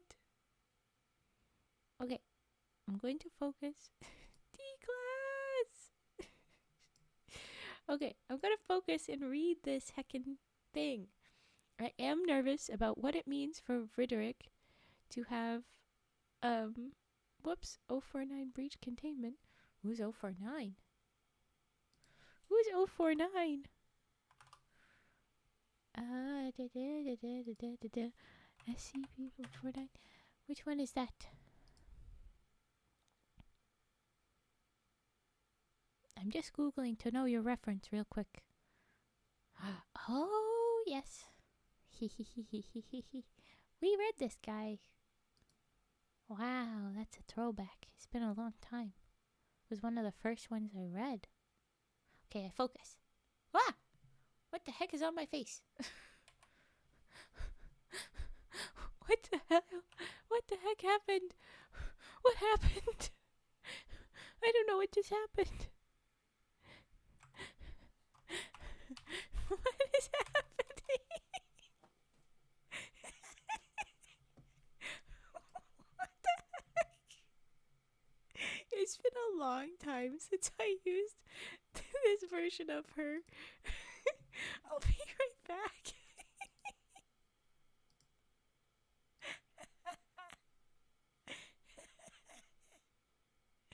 Okay, hang on. We can do this. Don't be suspicious. Don't be suspicious. Don't be suspicious. Don't be suspicious.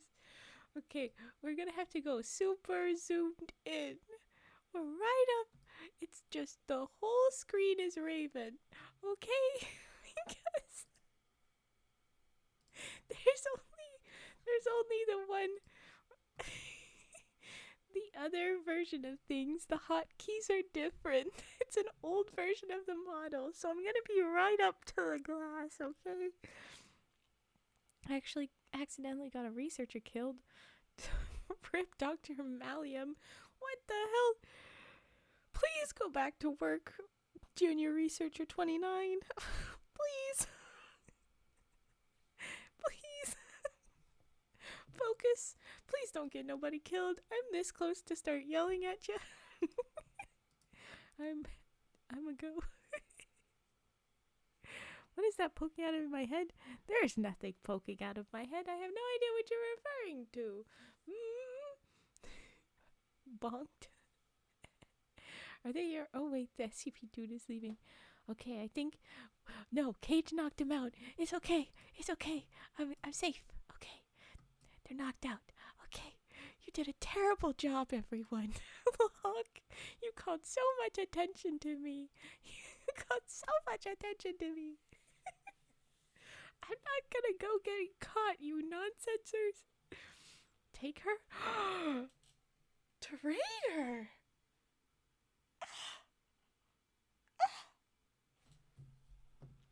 there's only one thing to do. There's only one thing to do. Yes.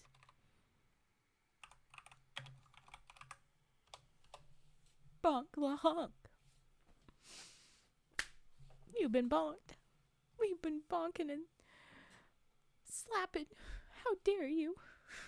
How dare you? Okay. In reality, though, whoever the SCP guy was, I like everybody watching. It's all good. But I am not gonna get caught by the frickin' Foundation. And here we are reading this about this guy that was... Let's be real. Riderick was the guy that was being the... He woke up. Get him, bonk him, quick. Knock him out. Somebody, quickly. Cage, don't you have the hammer? Cheese it, boys. Cheese it. Run. Panic.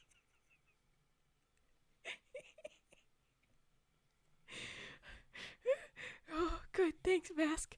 Oh, we gotta cut it close. I got the cleaner in the bathtub. Where do you want? Ah! No, the bot refuses me again. No, it worked. We bonked him. It worked. We got him. I was trying to say that here I am about to go off on a critique of Dr. Riderick. Not murder, unconsciousifying. Just unconsciousifying. Panic! We have to silence Long. Quick, bonk 'em, boys. Just a minor concussion. It's fine. Yeah, so you better shut up, Long, or we'll bring out the bonkin'. He bonked the Mask. My best bonker got bonked. Not my bonker. No, don't bonk me. And then he got bonked. Oh no. No. Oh no, he's dead. You got Mask. No. Oh jeez, guys, there's no way I'm gonna finish this story because we've been had such a distract. There's no way I'm finishing this at this rate. Okay, here I was saying that if Riderick is a reality bender, which is what this SCP is, then what was he doing over there? Was he always a reality bender? Couldn't he have done something? We can always return to it. We can, but I don't like to. Especially since I've got stuff that I have in mind for tomorrow. But he was a former SCP researcher, that's for sure. What's he doing awake? You hated him? Okay, well maybe he's cool, guys. Maybe he's cool. Don't do nothing. Well, that's a lot of... That's a bit much. That's a bit bad. Remember my words, which are... Remember my last words, which are... RIP. Oh no! Didn't get to say his last words. I made sure he took extra time on 096. Again, I don't remember 096. Mask said they wanted me to have their savings. Oh, of course. Dirt says, vanish. Okay, but this is our reality bender. We had just... Oh, look, Dad, I'm suddenly feeling better. Thank goodness. Onk's cage. Yeah, that sounds about right. This guy was problematic with our last read, 5494, and I'm loving that. That's an Iroquois folktale character, you know, so it's so fun. You have full permission from the SCP Foundation to continue. Did I get the second? Okay, let the natives do the native thing. Pass? because, like, I'm not. I'm also the whites. But, like, ooh, ooh, the dear woman got the pass. That would be great. That would be great. Okay, but, so this guy was bad. We had to have the Dr. Scout. I got the pass. Yay. Okay. Thank you. I'm guessing you had to do a lot of illegal paperwork, so thanks, SCP dude. SCP dude. Okay. Little dance, little dance. You're still in the list for potential D class, so be careful. Wow, that's messed up. I'm pretty sure they only take humans. I mean, I'm definitely human. It's fine. What? No, I'm not a. Okay. Whatever gets me safe. Now they take anybody? Oh. Do they take dogs? Tell me they don't take pets. Don't be suspicious. Don't be suspicious. Raven, your antlers. Me with antlers turned into a freaking biblically accurate angel or something, so I don't think I can go back. I need to focus, guys. Swear they took a cat for experimentation to the stature. Oh no. That's awful. Okay, hold on. Rip Mr. Whiskers? That's awful. I really don't like the Foundation. I really, really don't like the Foundation. Okay. Our dude is Riderick. I have problems with how he stepped in with the last one. This is confusing. This is going to take forever, so I think I have to ignore the chat. I think I have to full on ignore the chat if we're going to get through this without going to overtime. And I wanted to finish early, dang it. I wanted to finish early so that I could be prepped for the subathon tomorrow. So this is going to be a lot. Thank you, Fet. We got to get through this. I'm going to try and read speedy. Okay. SCP-5520 is a Class 3 reality bender as a result of long-term... Oh, okay, so he wasn't always. Oh, thank you for the popcorn emote. That is good. That is good. As a result... Oh my goodness, what happened? Hold on. I don't know what just happened. It's as a result of long-term exposure to esoteric materials. So he wasn't always a reality bender. This makes me feel better. Correspondence with SCP-5520 has revealed serious and progressive cognitive impairment, disassociation, depersonalization, derealization, and both retrograde and anterograde amnesia. Ooh. Oh no, emote only. I can't speak. Whatever I do. You little shit. Respect the rule. Cage respected the rule. You gotta respect the rule. With great power comes great responsibility, Mask. Come on, you can do this. Okay. Yeah, there you go. The little giggle. That's better. Okay. It remains aligned with the goals of the Foundation, but no longer answers directly to executive structure. Because he is all over the place. Why are we calling him it? But okay.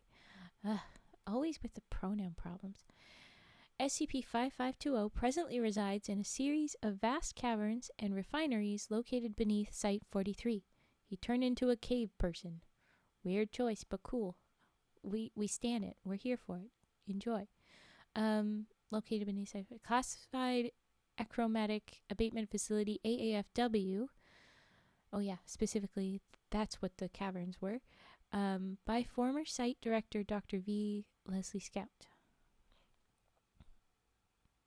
Oh, it was classified that by that Dr. Scout. Though the facilities themselves exhibit no anomalous properties, their scale, location, and activities performed there do. What are the other activities performed there? Quickly clicking that link, it goes to nowhere. Should have expected that. I don't know what that is. I guess some sips. Both manual and automatic cave surveying techniques have been unable to determine the precise extent of AAFW, but our best estimates suggest over 2 million cubic meters of interior space. Okay. A breathable oxygen atmosphere pervades throughout, presumably as a result of SCP-5520's activities. He said, "This is how it'll be," and so it was, because reality bend. Hold on. Alright, now we have an addendum. We have a photo of Dr. Wynne Riderick circa 1943, so just a year after that fish cat times. But here it is. Addendum 55201, Phenomenological Overview, Phenomena, from 1915 to 1996, or 1966, sorry.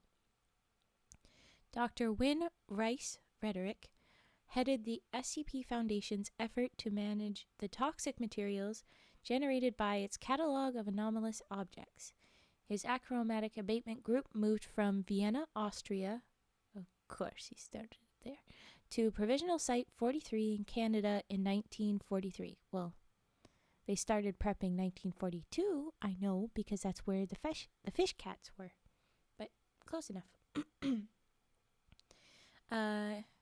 In 1943, and he became co-director with Dr. Vivian Leslie Scout. Okay. The applied occultism and achromatic abatement sections of that site became, under his direction, the foremost facilities for studying and neutralizing esoteric effluence on Earth. When Site 43 was upgraded from provisional status in 1965, Dr. Scout became the site director with his partner's sponsorship. My voice sounds funny, and this is a bad sign for tomorrow. Dr. Riderick disappeared from Site 43 on the 14th of November, 1966.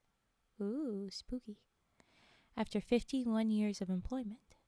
Security and Containment Section agents searched his dedicated research laboratory and achromatic abatement facility, AAFA, and found it significantly altered and its 43 staff members absent. Ooh.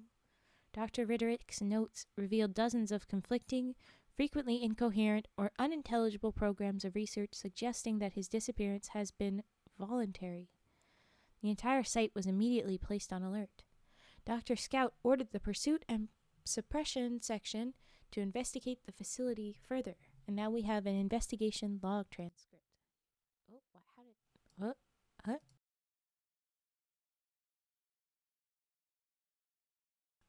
OBS being funny with volume, sorry. The log transcript date 11/14, November 14, 1966. The day he went missing. Investigation team. Mobile Task Force Delta 43, aka, it's got bracket and quotes, pit bosses. Team lead, Captain Garth Kinsey, Delta 1. Team members, Delta 2, Delta 5, Delta 6, Delta 7, Delta 9. No clue on where 3, 4, and 8 are. Oh, we're going to have to run an ad soon. Damn it, I didn't notice. Should have noticed. It's because you guys had me so distracted. Dang it. Okay. The log begins. Control says, describe your surroundings, please. Sorry. Delta 1 says, Roger, we're standing in AAFA in what should be the basement sublevel. Blueprints from janitorial and maintenance say this is as low as it goes. Ah. There are considerably more pipes on the walls here than the schematics show. Some of them don't look right. Control says, elaborate. Delta 1 says, I can't be sure without touching them, but at least some of these look like they're made out of bone? And maybe porcelain. Delta 5 says, bone china, maybe? Delta 1 says, hey. Delta 5 says, cutting chatter, sir. Control says, there's an open door leading to a stairwell at the end of the hall you're in, correct? Delta 1, correct. Control, no door on stairwell on the blueprints. Control says, proceed downward with extreme caution, Captain. Delta 1, roger. Delta 43, proceed to the next level of the facility without incident. And then Delta 1 says, oh, what the hell? Control, elaborate. Delta 1. The door at the bottom of the stairs is also open, Control. It opens onto a glass-walled tunnel. I can see cave walls outside the glass, illuminated by... illuminated. Control says, proceed and narrate. Delta 1 says, this is definitely a connecting tunnel. There's another open door at the end. I can see a very large cage system outside the tunnel. Very, very large. Delta 43 enter the adjoining facility. Delta 2, that's damn strange. Control says, Delta 2? Delta 2 says, this place looks like... I've seen photographs from Archives and Revision of AAFA in the 40s.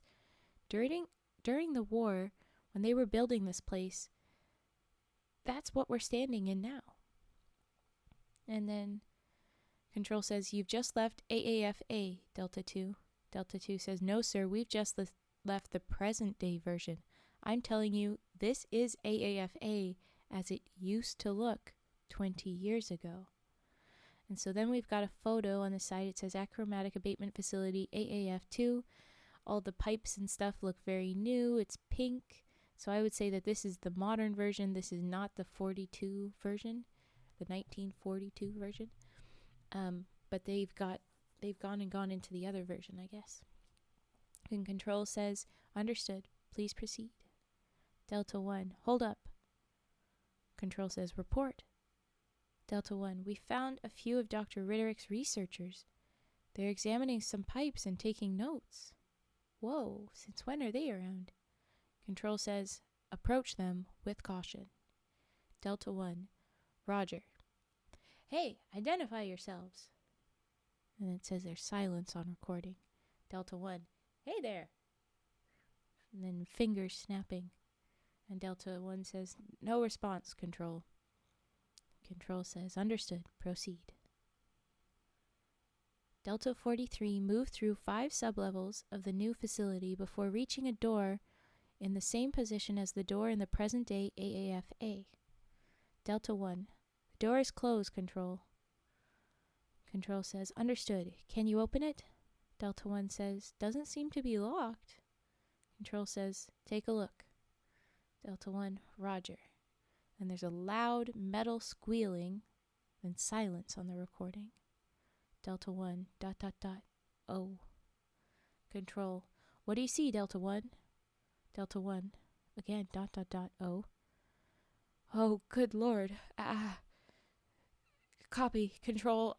I see what appears to be a ravine, an underground ravine. Can't begin to speculate on depth. There are structures at the bottom, structures on the walls as well. Looks like a natural cave system, augmented with artificial construction, consistent with the alterations to AAFA we've already seen.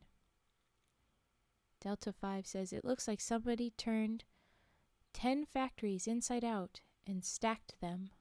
Like I said, it looked kind of funny. Control says, copy, Delta 5. Would you say this ravine and its contents are larger than AAFA, Delta 1? Delta 1 says, I would say this ravine and its contents are larger than Site 43, Control. And that's the end of that section. Then we've got a little thing. I'm gonna run through this note, and then we're gonna go for the next thing. XX Unreal Shadow XX, hello! Thanks for the first message. Sorry, we're on emote only. I'm gonna release it after I get through just a little bit more of the story, because we're gonna have to run an ad anyway, and I feel like I'll release you from jail as a reward for going through the ad without much warning and how it interrupts story. But okay, so then after that it says, Dr. Scout recalled Delta 43 to AAFA to regroup and plan further investigations. The research personnel encountered in the parallel facility were not re-encountered. The identity and techno-cryptography section had recently completed the installation of an experimental site-wide computer system with a rudimentary command line interface. The Site 43 information network INFO net. When Delta 43 returned to Dr. Ritterick's office, they discovered that his networked printer had produced the following message for Dr. Scout. This is, again, November 14th, 1966. And this is the letter. It's looking like it's on lined paper with typewriter print, which is interesting because it's supposedly from his printer. But it's fine. It says, Vivian, I blame the comic books. I started reading them as a middle-aged man, something frivolous to take my mind off the toxicants and virions and threshold limit values, something fantastical. I do some of my best work when I'm distracted. So many of those old superheroes were scientists just like us. They got their superpowers because something stupid but scientific happened to them. Jay Garrick inhaled heavy water vapor, and instead of gaining nothing, he gained super speed. Rex Tyler created a 1-hour strength pill and started popping them like a pill addict. Like an addict, sorry. Ted Knight found the cure for gravity, and he used it to fly around and beat people up. My idiotic idols. I swear, Viv, I didn't accidentally expose myself to esoteric materials. Then again, neither did the Flash. I didn't intentionally expose myself. I was reading the other, just below it says accidents here, but he didn't intentionally expose himself to those materials. They were accidents, of course, even back in Europe. A drop here, a shattered cask there, an accidental exposure every once in a while. I thought nothing of it when my pants started staying up without a belt, or when I stayed warm in cold weather, or I didn't need to use the washroom unless I thought about it. Just getting fat and hot and slow and absent-minded, I thought. Now, of course, I know it was just the maintenance of my self-image. Sometimes I'd wake up sweating in the middle of the night and find myself wearing my 3-piece suit and tie. Sometimes I'd look in the mirror and see my hair was red again, red like it hasn't been since the Great War. Once, only once, I had a long telephone conversation with my wife without remembering to dial out of the facility. Or remembering that she's dead. I knew it was going to be that she's dead. I know what this is, and you know too. I'm Dr. Fate. I'm bending reality on my knee. Oh, Doc. He's going to go and be a superhero. Things turn out the way I want them to, or the way I think they should be. I'm starting to be able to direct it now, which scares the ever-loving you-know-what out of me. You know how we've made such great strides these past months? How all our experiments have turned out perfectly? That's because I've wanted them to. I've willed them to. Where there's a will, there's a way. But I don't have the will to be put in a cage. And you don't have a way of fixing what's wrong with me without putting me in a cage. So at the risk of belaboring the metaphor, I have to go away. I hope I'll be back soon. In the meantime, I'll keep in touch. Do you remember what I told you at the lake, Vivian? Now is the time. I'm counting on you. Win. So that's all from that doctor. Underneath it says, INT technicians reported that the terminal in Dr. Ritterick's office was now networked with a printer in an unknown location.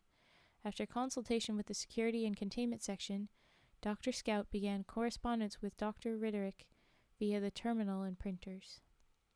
I'm going to read this next section and run the snooze one more time, and then I'll probably, we might have to skip along. Okay. Same day, November 14th, 1966. Dr. Scout. When please return to the site, we can help you. So this is just, she's talking, and then the printer is responding directly to her right there. No, you can't. She says, when please return to the site, we can help you. And it says, no, you can't, but I can help you from down here. Then Dr. Scout, we've got the finest doctors in the world on our side, Win. And then it says, precisely, the finest doctors in the world can't stop what's happening to me. I'm a toxicologist, Vivian. I've done the research. You're a toxicologist too. So please don't lie to me. Dr. Scout, think of your staff, Win. Is this what they wanted? And then, my staff don't exist. Dr. Scout, what? It says, my staff don't exist. I invented them. My whole department was filled with phantoms I imagined into existence. I'm just imagining them down here now. Check their employment records. You'll see what I mean. You know why there were 43 of them? So I wouldn't forget how many there were and called down an investigation on my head. I've had this condition for a long time now. I'm sorry I didn't tell you sooner. Oh, jeez. Dr. Scout, we can fix this together, Win, you and I. Why do you keep repeating my name? Do you think I don't know who I am? I don't want you to see me like this. And this is actually 2 separate messages. The next one starts at, I don't want you to see me like this. It's better if I stay down here. Then Dr. Scout, what do you expect me to do? Let you hide out underground until you suffocate or starve to death? It says, I expect you to be a scientist and let me alone to do my work. I'm close to a breakthrough now, very close. Just think of this as an extended research sabbatical, and I'll be back good as new before long. Dr. Scout says, now who's lying, Win? And there's no response, and she says again, Win? Very spoopy. Dr. Riderick was, this is separate from the little log. Dr. Riderick was subsequently classified as SCP-520. I think they mean 5520. Oh, no wait, it was 520. This file uses the present-day SCP-5520 classification, and appended documentation is amended to reflect this. The duplicate AAF-A was thoroughly examined over the next 14 months, revealing that it, like the original, had fallen out of use. It was determined that SCP-5520 and his phantom staff had moved into the larger facility in the caverns, which had by then expanded 2-fold, so it's even frickin' bigger. Jeez. As SCP-5520 had not corresponded with Site-43 at all during this period, Dr. Scout instructed pursuit and suppression to rappel down into the larger structure designated AAF-W and investigate it. A partial transcript of their exploration is appended below, but we will read that after this ad. And thank you so much, chat. You had a little bit of but now you're back. I'm going to release you from jail and run the ad. So let's do that. Let's release from jail. Motes only is off. Oh wait, I turned it back on. Go back off. Okay. You're back. And I'm running an ad, so brace yourselves. Here comes the 30-second ad. Okay. You did good though, chat. You did good. Slow mode. Yes, that's a smart move to keep the slow mode for now still. Freedom! God, finally, that was worse than 096. Good news. There's, bad news. Sorry, SCP Foundation. It's gonna be still more of this SCP though. We're only halfway through. But that means that I got almost halfway through without interruptions. And in only 15 minutes, which is significantly faster than I've ever read with all of these folks. I don't know how much you heard me. I've been through worse. I would bet, as someone working for the Foundation, it's chaos and awful. I'm a big judge of the Foundation. I'm not on Foundation team at all. But anyway, we do need to pick this up another time. We can. You're right, but I'm determined.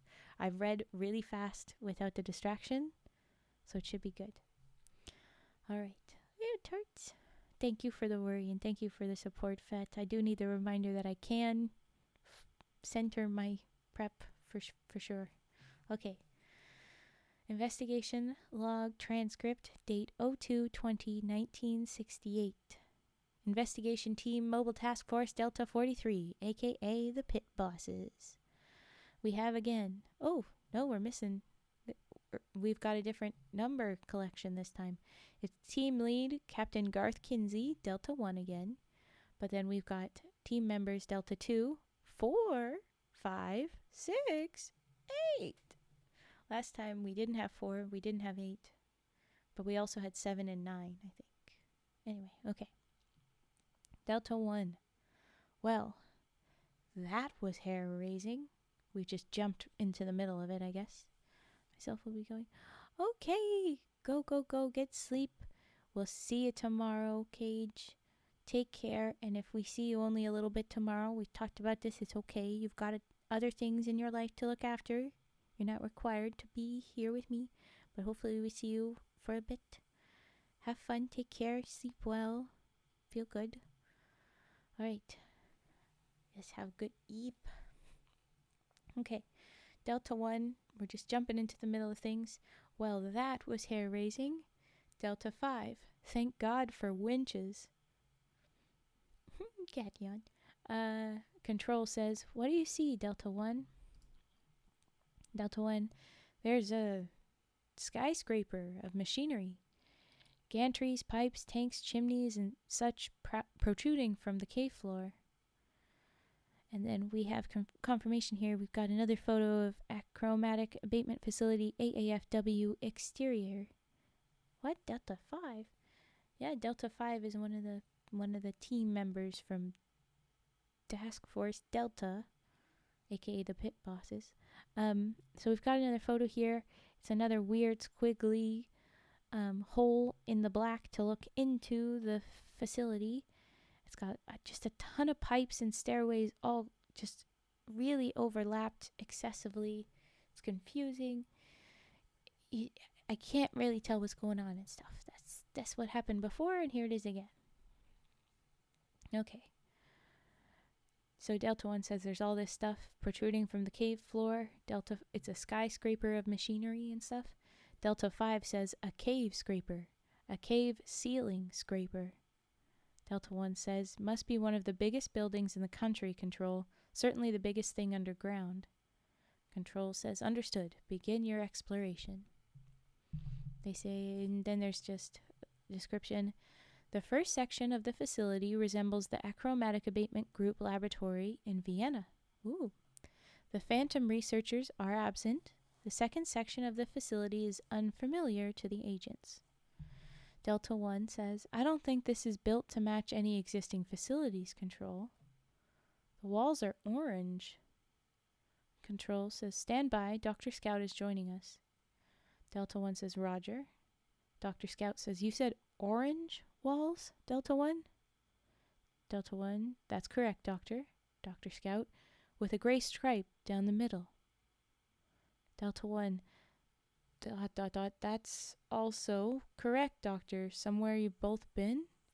And then we have a photo of the Achromatic Abatement Facility, AAFW interior, and I confirm it's like brick walls that are orange bricks. Well, not bricks, but it's like concrete blocks that are stacked kind of thing.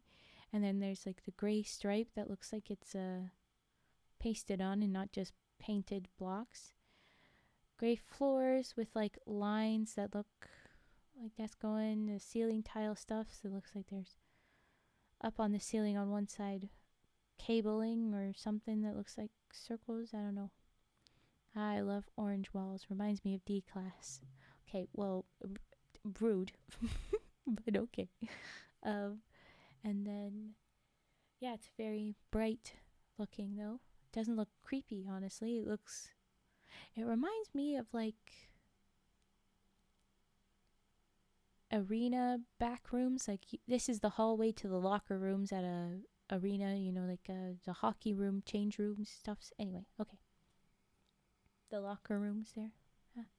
Hello, Nariakia. I want to say before I try and focus, because I don't need to be distracted. I want to read and get done quickly tonight. We read 5494 and I loved it to death. Thank you so much for recommending that one. I love it so much. The catfish, kittenfish, as everybody, all the different nicknames, the Mishi Peshu. Loved it. Okay, I focus.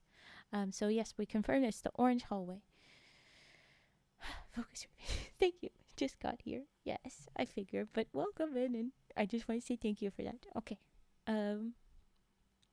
So Dr. Scout knew that it was the gray stripe on the orange walls.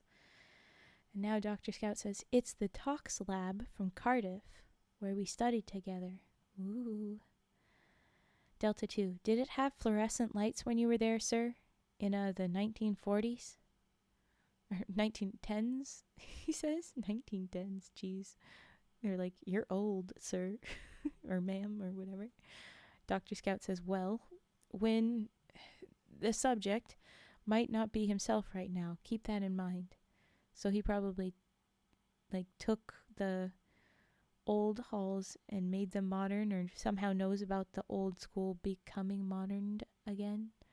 Oh no, they bonked mask again. I need to focus though, so I have to ignore. I'm sure you'll be okay. Stop crying. You did it, little honk. Little shit. Oh no. You bonked yourself. Why did you bonk yourself, SCP guy? Oh no. Okay. He's already got a concussion. This is not good. Someone check on him. Okay. So now we've got the description. MTF Delta 43 turned the corner into a large room filled with shining copper pipes. SCP-5520 is standing in the middle of the room, pointing at each pipe and nodding. Weird. He turns to face the agents as they enter the room. He begins to weep. SCP-5520 says, I won't remember tomorrow.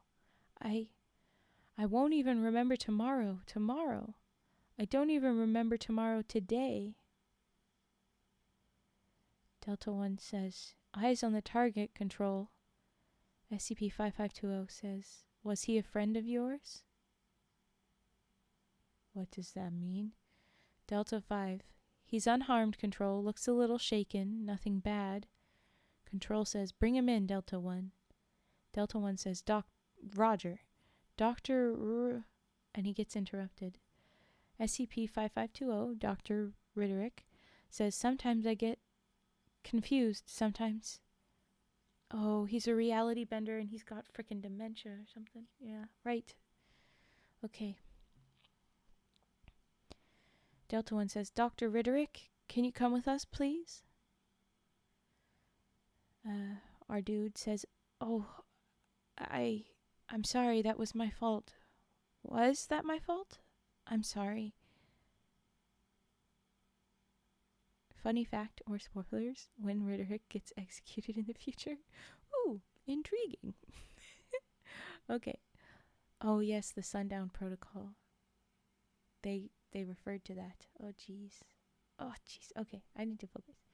Delta 5 says, what? You're not making any sense. And then one of the pipes begins vibrating intensely. The sound is deafening. SCP-5520 is nevertheless audible, saying, where did he go? Delta 5 reaches out to steady the pipe. When his hand touches it, he disappears. Okay, fuck. SCP-5520 says, oh, I wouldn't touch that. And then the sound ceases, and then the recording ends. Finally, it says, the 5 remaining... Oh, this is separate from the log.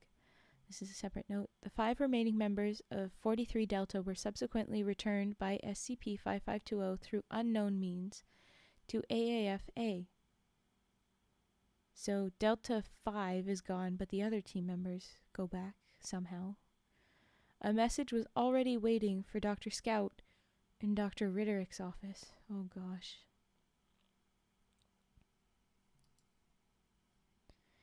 It says 02/20/1968 is the date when this conversation goes on.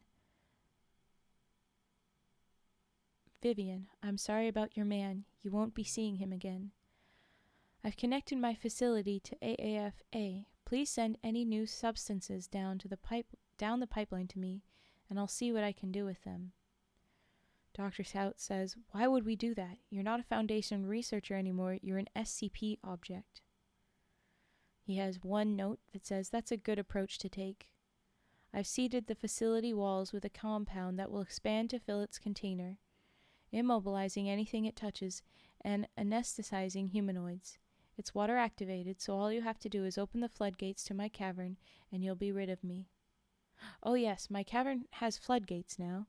I hope the underwater panthers, our boys we just met in the last read, loved them. the Mishipeshu underwater panthers. Hope the underwater panthers don't mind. These were their tunnels. Did you know that? They used them to travel between the lakes. I'm sure you won't be surprised to hear that literally nothing in those oral histories was wrong. Yeah, I'm not surprised. You should have fucking listened to them. Anyway, okay, and then the second note is no response. I suppose I can't blame you. So you have special containment procedures for me now. We'll call that our framework for a working relationship. Take my proposal to O5 and the Ethics Committee. Let them handle it. We both know you're too close to the issue. The good work goes on, Vivian. It must. Oh, jeez. Underneath that, it says, by order of the O5 Council, Site 43 employed SCP-5520 from this point forward as a consultant researcher. Though Dr. Scout objected strongly to this practice, he agreed to remain SCP-5520's point of contact. Oh, Dr. Scout is a he. Sorry, because Vivian is his name. I always was thinking her. Anyway, okay. The Foundation began sending problematic... I should have known more back in that day. She probably not a female scientist in this stuffs and all that because of just reality, but I had hope. Oh, I just see your roll. Nice roll, Generium. The Foundation began sending problematic substances to AAFW. Geological measurements indicated that the artificial complex grew at a slow, steady rate every day for the next 3 decades. The efficiency of the Site 43 facilities improved at a commensurate rate, and SCP-5520 frequently delivered ad hoc research papers and chemical formulations to the Foundation via the printer in his former office. A partial digest of the correspondence between Dr. Scout and SCP-5520 is reproduced below. So I'll read out each date and we'll go back and forth between the two as they talk, as Dr. Scout and just the note there, because like the printer says it, but it's rhetoric. Okay, so we have January 24th, 1969. Dr. Scout. All right, Wynne, we're sending you something very caustic now. Note. You're finally coming down for a visit. I missed you. Dr. Scout. I'll tell security and containment that you've still got your sense of humor. Maybe it'll put them at ease. In any event, please see what you can do with this stuff. If we can ameliorate it, we can lock up the object creating it for good. I'll take a look, but my sympathies are with the object, for obvious reasons. I guess SCPs to SCP bond. Alright, then 10/13/1970, more than a year later, almost 2 years later. Dr. Scout, how are you holding up down there? He says, I've developed a method for stripping the human body of its mucous membrane. What? Dr. Scout says, what? Why? That's not what you're supposed to be working on. The note is, I'm going to cure catarrh and the common cold. Dr. Scout says, the mucous membrane keeps us from getting sick, Wynne. And the note just says, oh, period. Dr. Scout says, but you know that, right? Note says, of course I do. I was just joking. To put you all at ease, remember?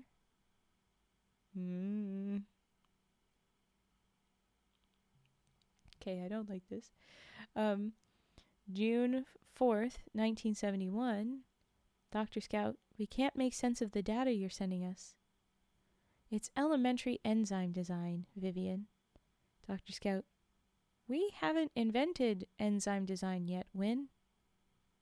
Oh, well, let me know when you have then. Slowly losing it down there, clearly. June 29th, 1972. He says, stop it. No period, just loose. All lowercase. So suddenly not following the usual ways of things go. And then Dr. Scout says, stop what, Wynne? And we have, again, starting with lowercase, stop flushing your, and then it goes, full caps to goddamn toilets, back to no caps, on me, all caps, whoever you are. Okay. July 4th, 1972. Dr. Scout, are you there? He says, I'm sorry about last time. This was about a week between the toilets and now. I'm sorry about last time. I got a little confused. Dr. Scout, yes, well, we're working on that problem for you. Is there anything else you need? He says, how are those floodgates going? Dr. Scout, the floodgates are fine. He says, maybe you should test them. Dr. Scout says, what do you mean? There's no response. Dr. Scout says, when? What do you mean?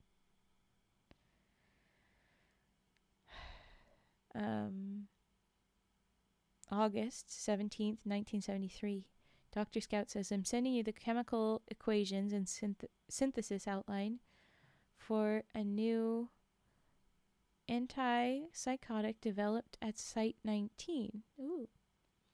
It will completely suppress your reality-bending symptoms. I want you to make it, and I want you to take it.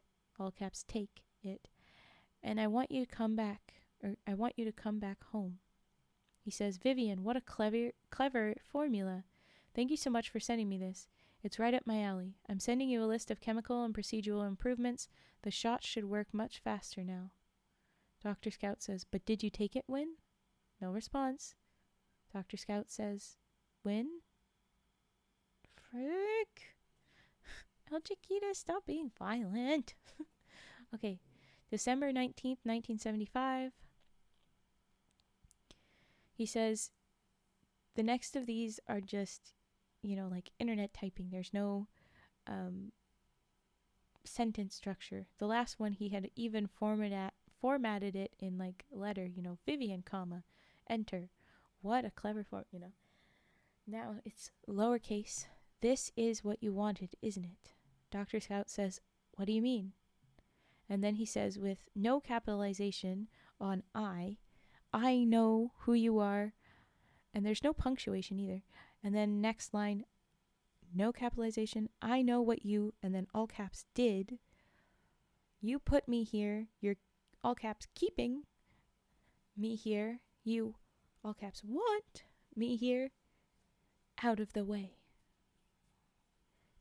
Dr. Scout says, you went down there on your own. I want you to come home. He says, do you think I'm stupid? Do you think I don't understand? Again, this is like no punctuation, all lowercase. I hope you never forget what you did to me. I hope you, all caps, never forget what you're doing, all caps, to me. And then, I guess this is 2 days later, December 21st, 1975. 4 separate sentences with capitalizations and punctuations. It says, Vivian, then, where are you? And Vivian, and I'm sorry. Oh, good morning, Dumda.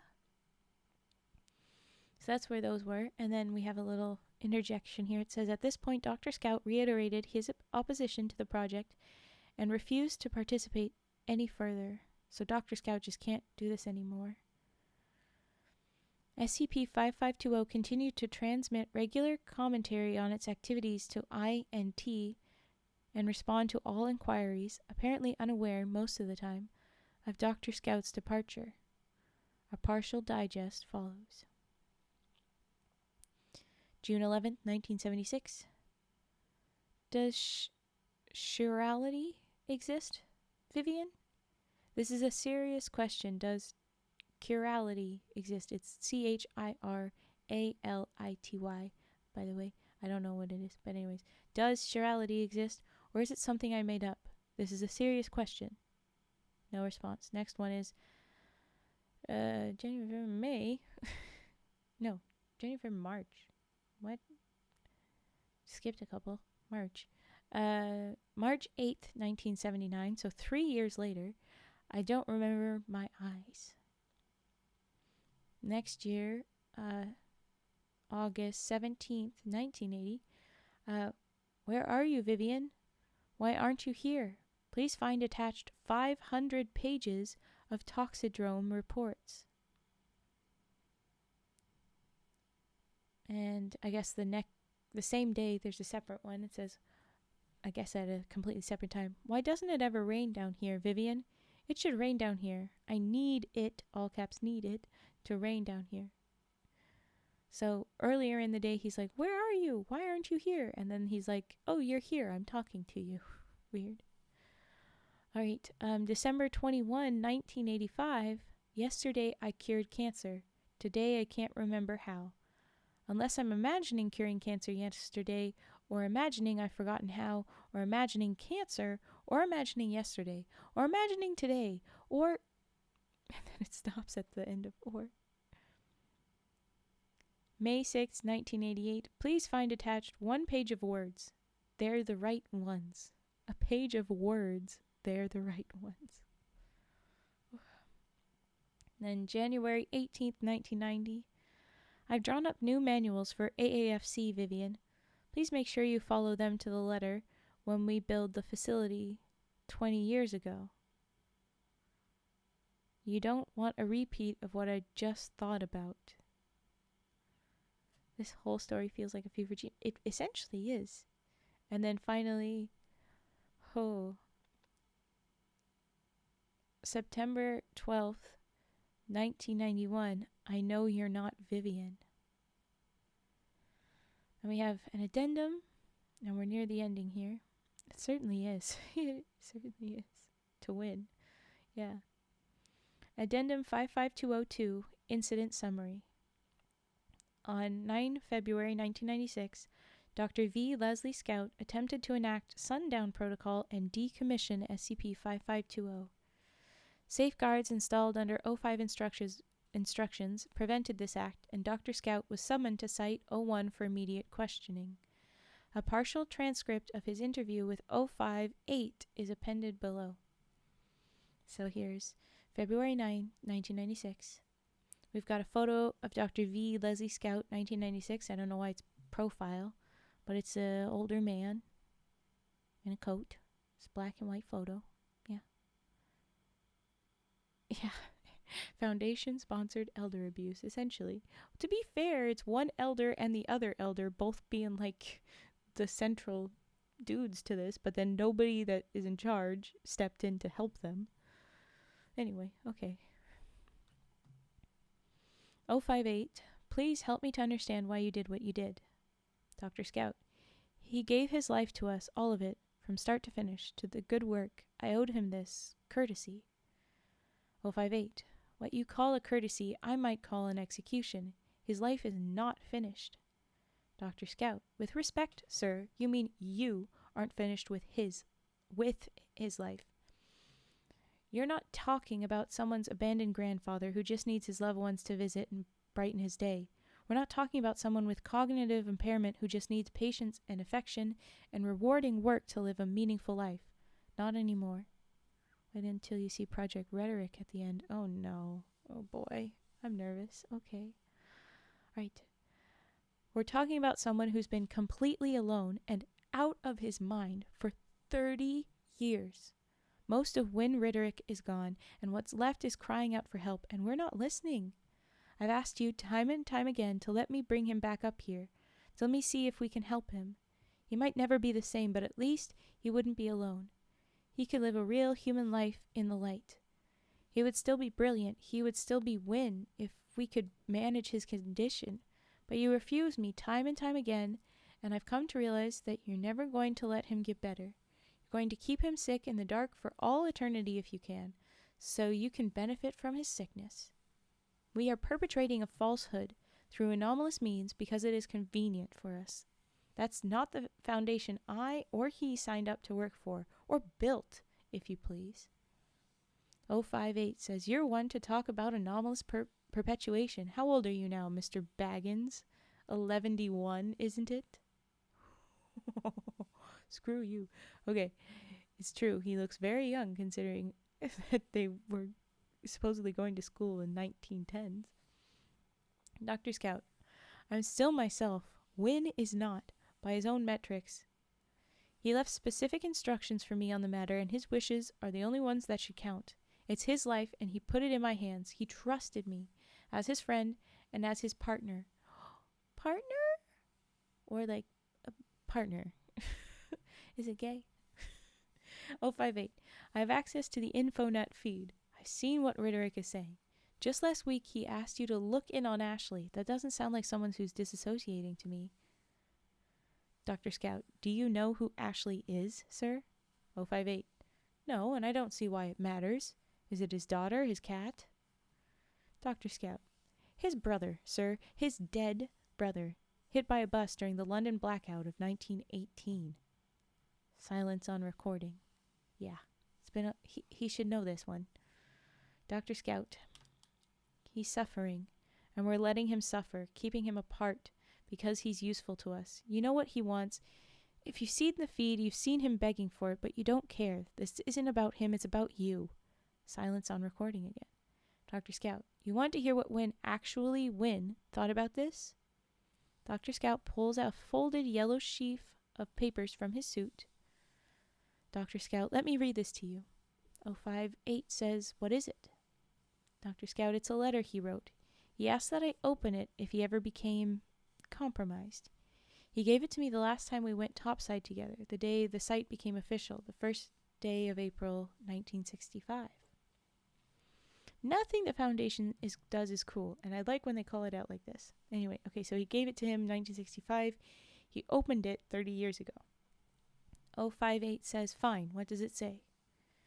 Dr. Scout says, it says, Vivian, I'm so pleased I got to see the lake one last time and share that moment with you as myself before.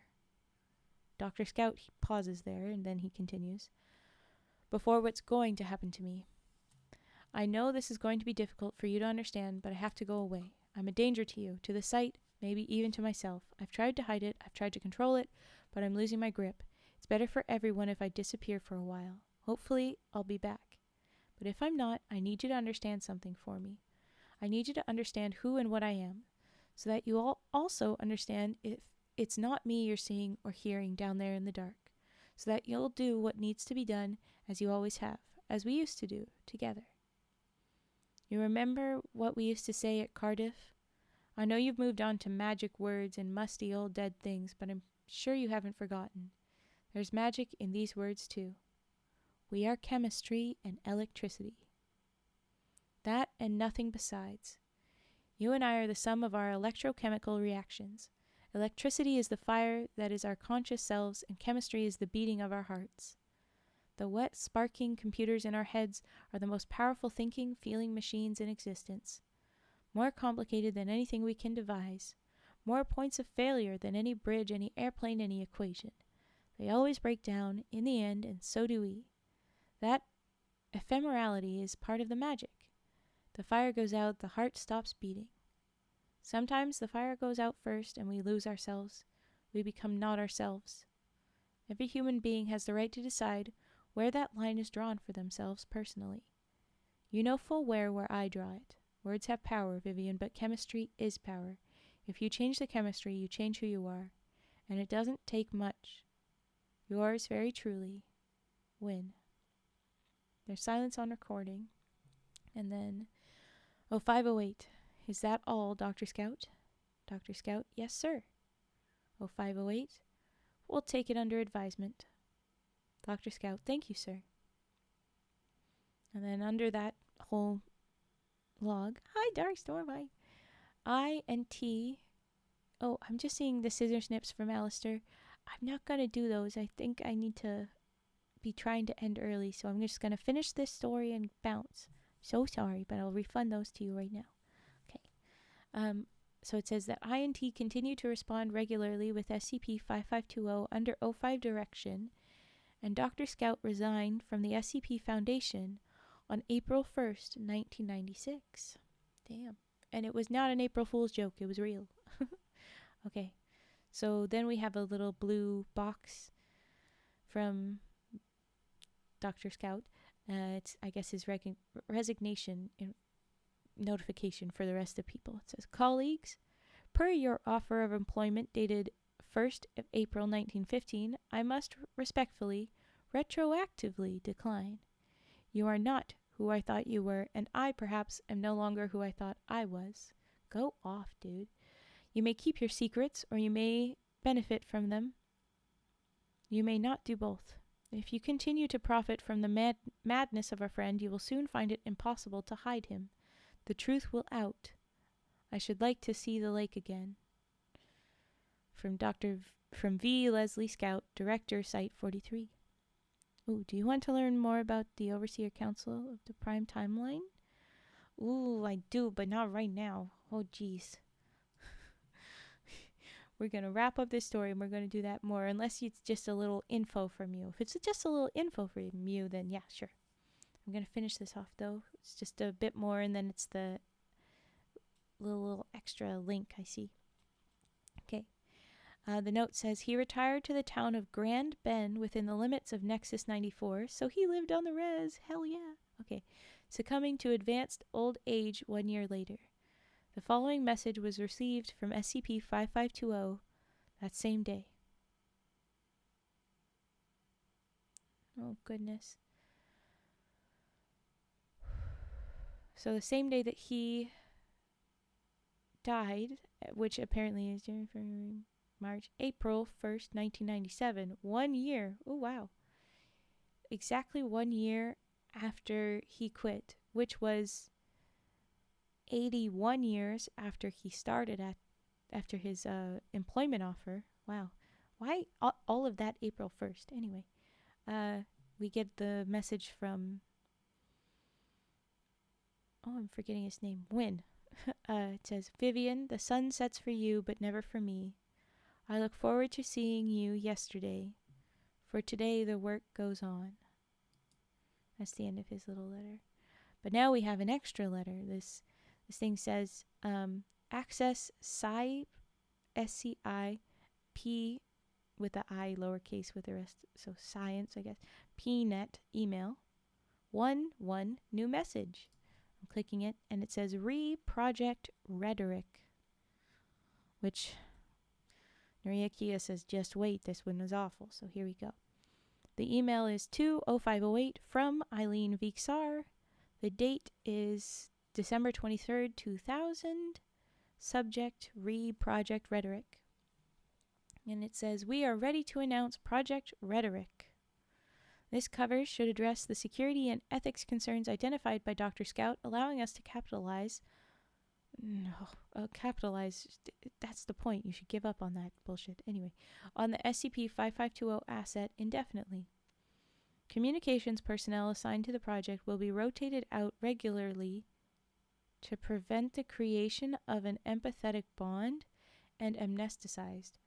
With your approval, the following message will be released on 43net on New Year's Day. That's disgusting. So they're going to rotate people to do something, but the point is that they will be forcibly removed before they start to empathize with the poor guy. Because once you empathize with him, you would, help him and not keep him prisoner. I hate how they do that. Okay, but here would be the message that they would send. Oh, good. Back on phone, but you're in bed. That's what matters. So go to bed. Go sleep. Oh. In the Prime Timeline, the Overseer Council is 0501 Zeus, the chair, 052 Hera, the archivist, 053 Poseidon, the governor, 054 Athena, practitioner, 055 Hermes, the liaison. Well, who's 0508? As well as the roles within the foundation. Yeah, that's very interesting. But who is 8? Apollo? I don't know. Okay. Intriguing. Hades doesn't get to be on the same team. That's funny. Okay. Anyways. Dionysus, the advisor. Sick, dude. Hey, Di. Okay. The point is, this is the message that they're going to post on 43net. Here it is. Attention all sections. Welcome to the new millennium. On New Year's Day, 2001, I guess, is what they would have sent. Because this is sent December 23rd, 2000. Anyway, The identity and technocryptography section is now accepting research-related queries for submission to its quantum supercomputer, Dr. Rhetoric, and then in brackets SCP-5520. Contact Research Associate Lyle Lillehammer via 43net to apply. In brackets, INT will not be allowing users direct access to the Dr. Rhetoric feed. Its artificial intelligence algorithms are extraordinarily complex, and the results often require significant interpretation by trained personnel. End of bracket. End of little attention note. So they're straight up going to say that he's just a AI. Fuck you. Fuck off. They'd figure that out eventually, I'm sure. But then it's got a dash E Vixar, brackets, Chief Identity and Technocryptography Section, Site 43, end bracket, and then a PS. We've tried to modify the network and printer to filter out occurrences of quote-unquote Vivian and quote-unquote Viv in incoming messages, but no luck so far. I'll retype each printout myself before passing it on to my staff. Why not you just do that work? You're going to be typing it out. Why subject someone else to do the stuff? I hate the SCP Foundation. They're going to get what comes to them. Hells yeah. Let's go storm the Foundation. Lake Huron, here we come. They've already got a bunch of problems that happen at Site 43. We don't need to go after it. We'll let the underwater panthers take them down. They got this. We'll trust the fish kitties to take them down. That's what the Foundation Elimination Coalition did. Hell yeah. Hi, unknown. Thanks for that. SCP Foundation says, ahem. Yeah, well, deal with it. Shows picture of 096. You really like 096. I need to check 096 before we go. But that is going to be our stream tonight, by the way, everybody's. Just so you know, we're going to be ending. It's the end of 096. Or that's the end of the stream. Let's show me 096. Humanoid creature. Well, very little muscle mass.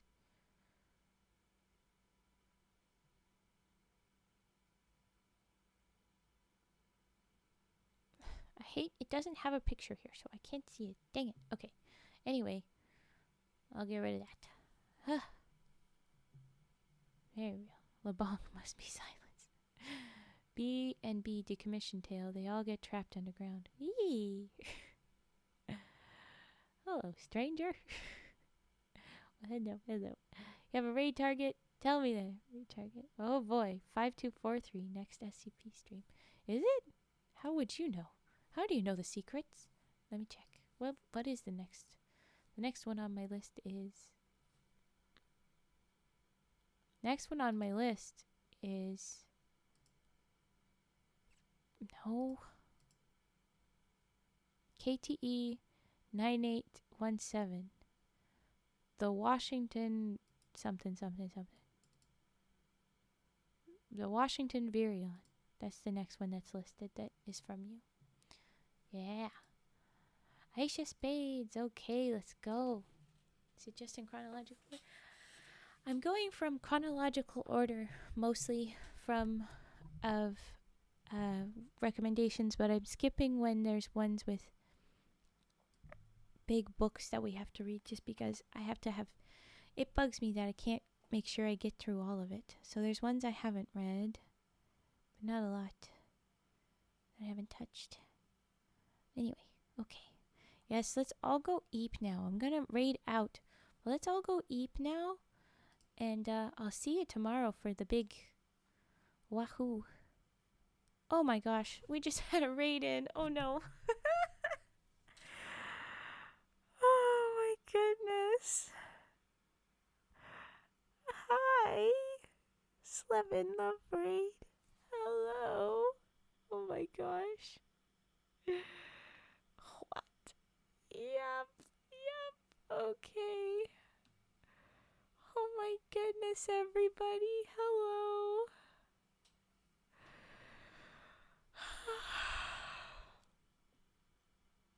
Raid train. Repeat, MTF called. No, no, you did not call. Don't you dare. You're never gonna find Emerald Lake. You're never gonna find us. Frogs at the ready. Get ready to defend.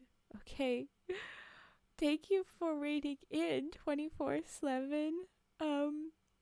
Bad news. I was literally hitting the raid button to head out. We're gonna be headed to Aisha Spades.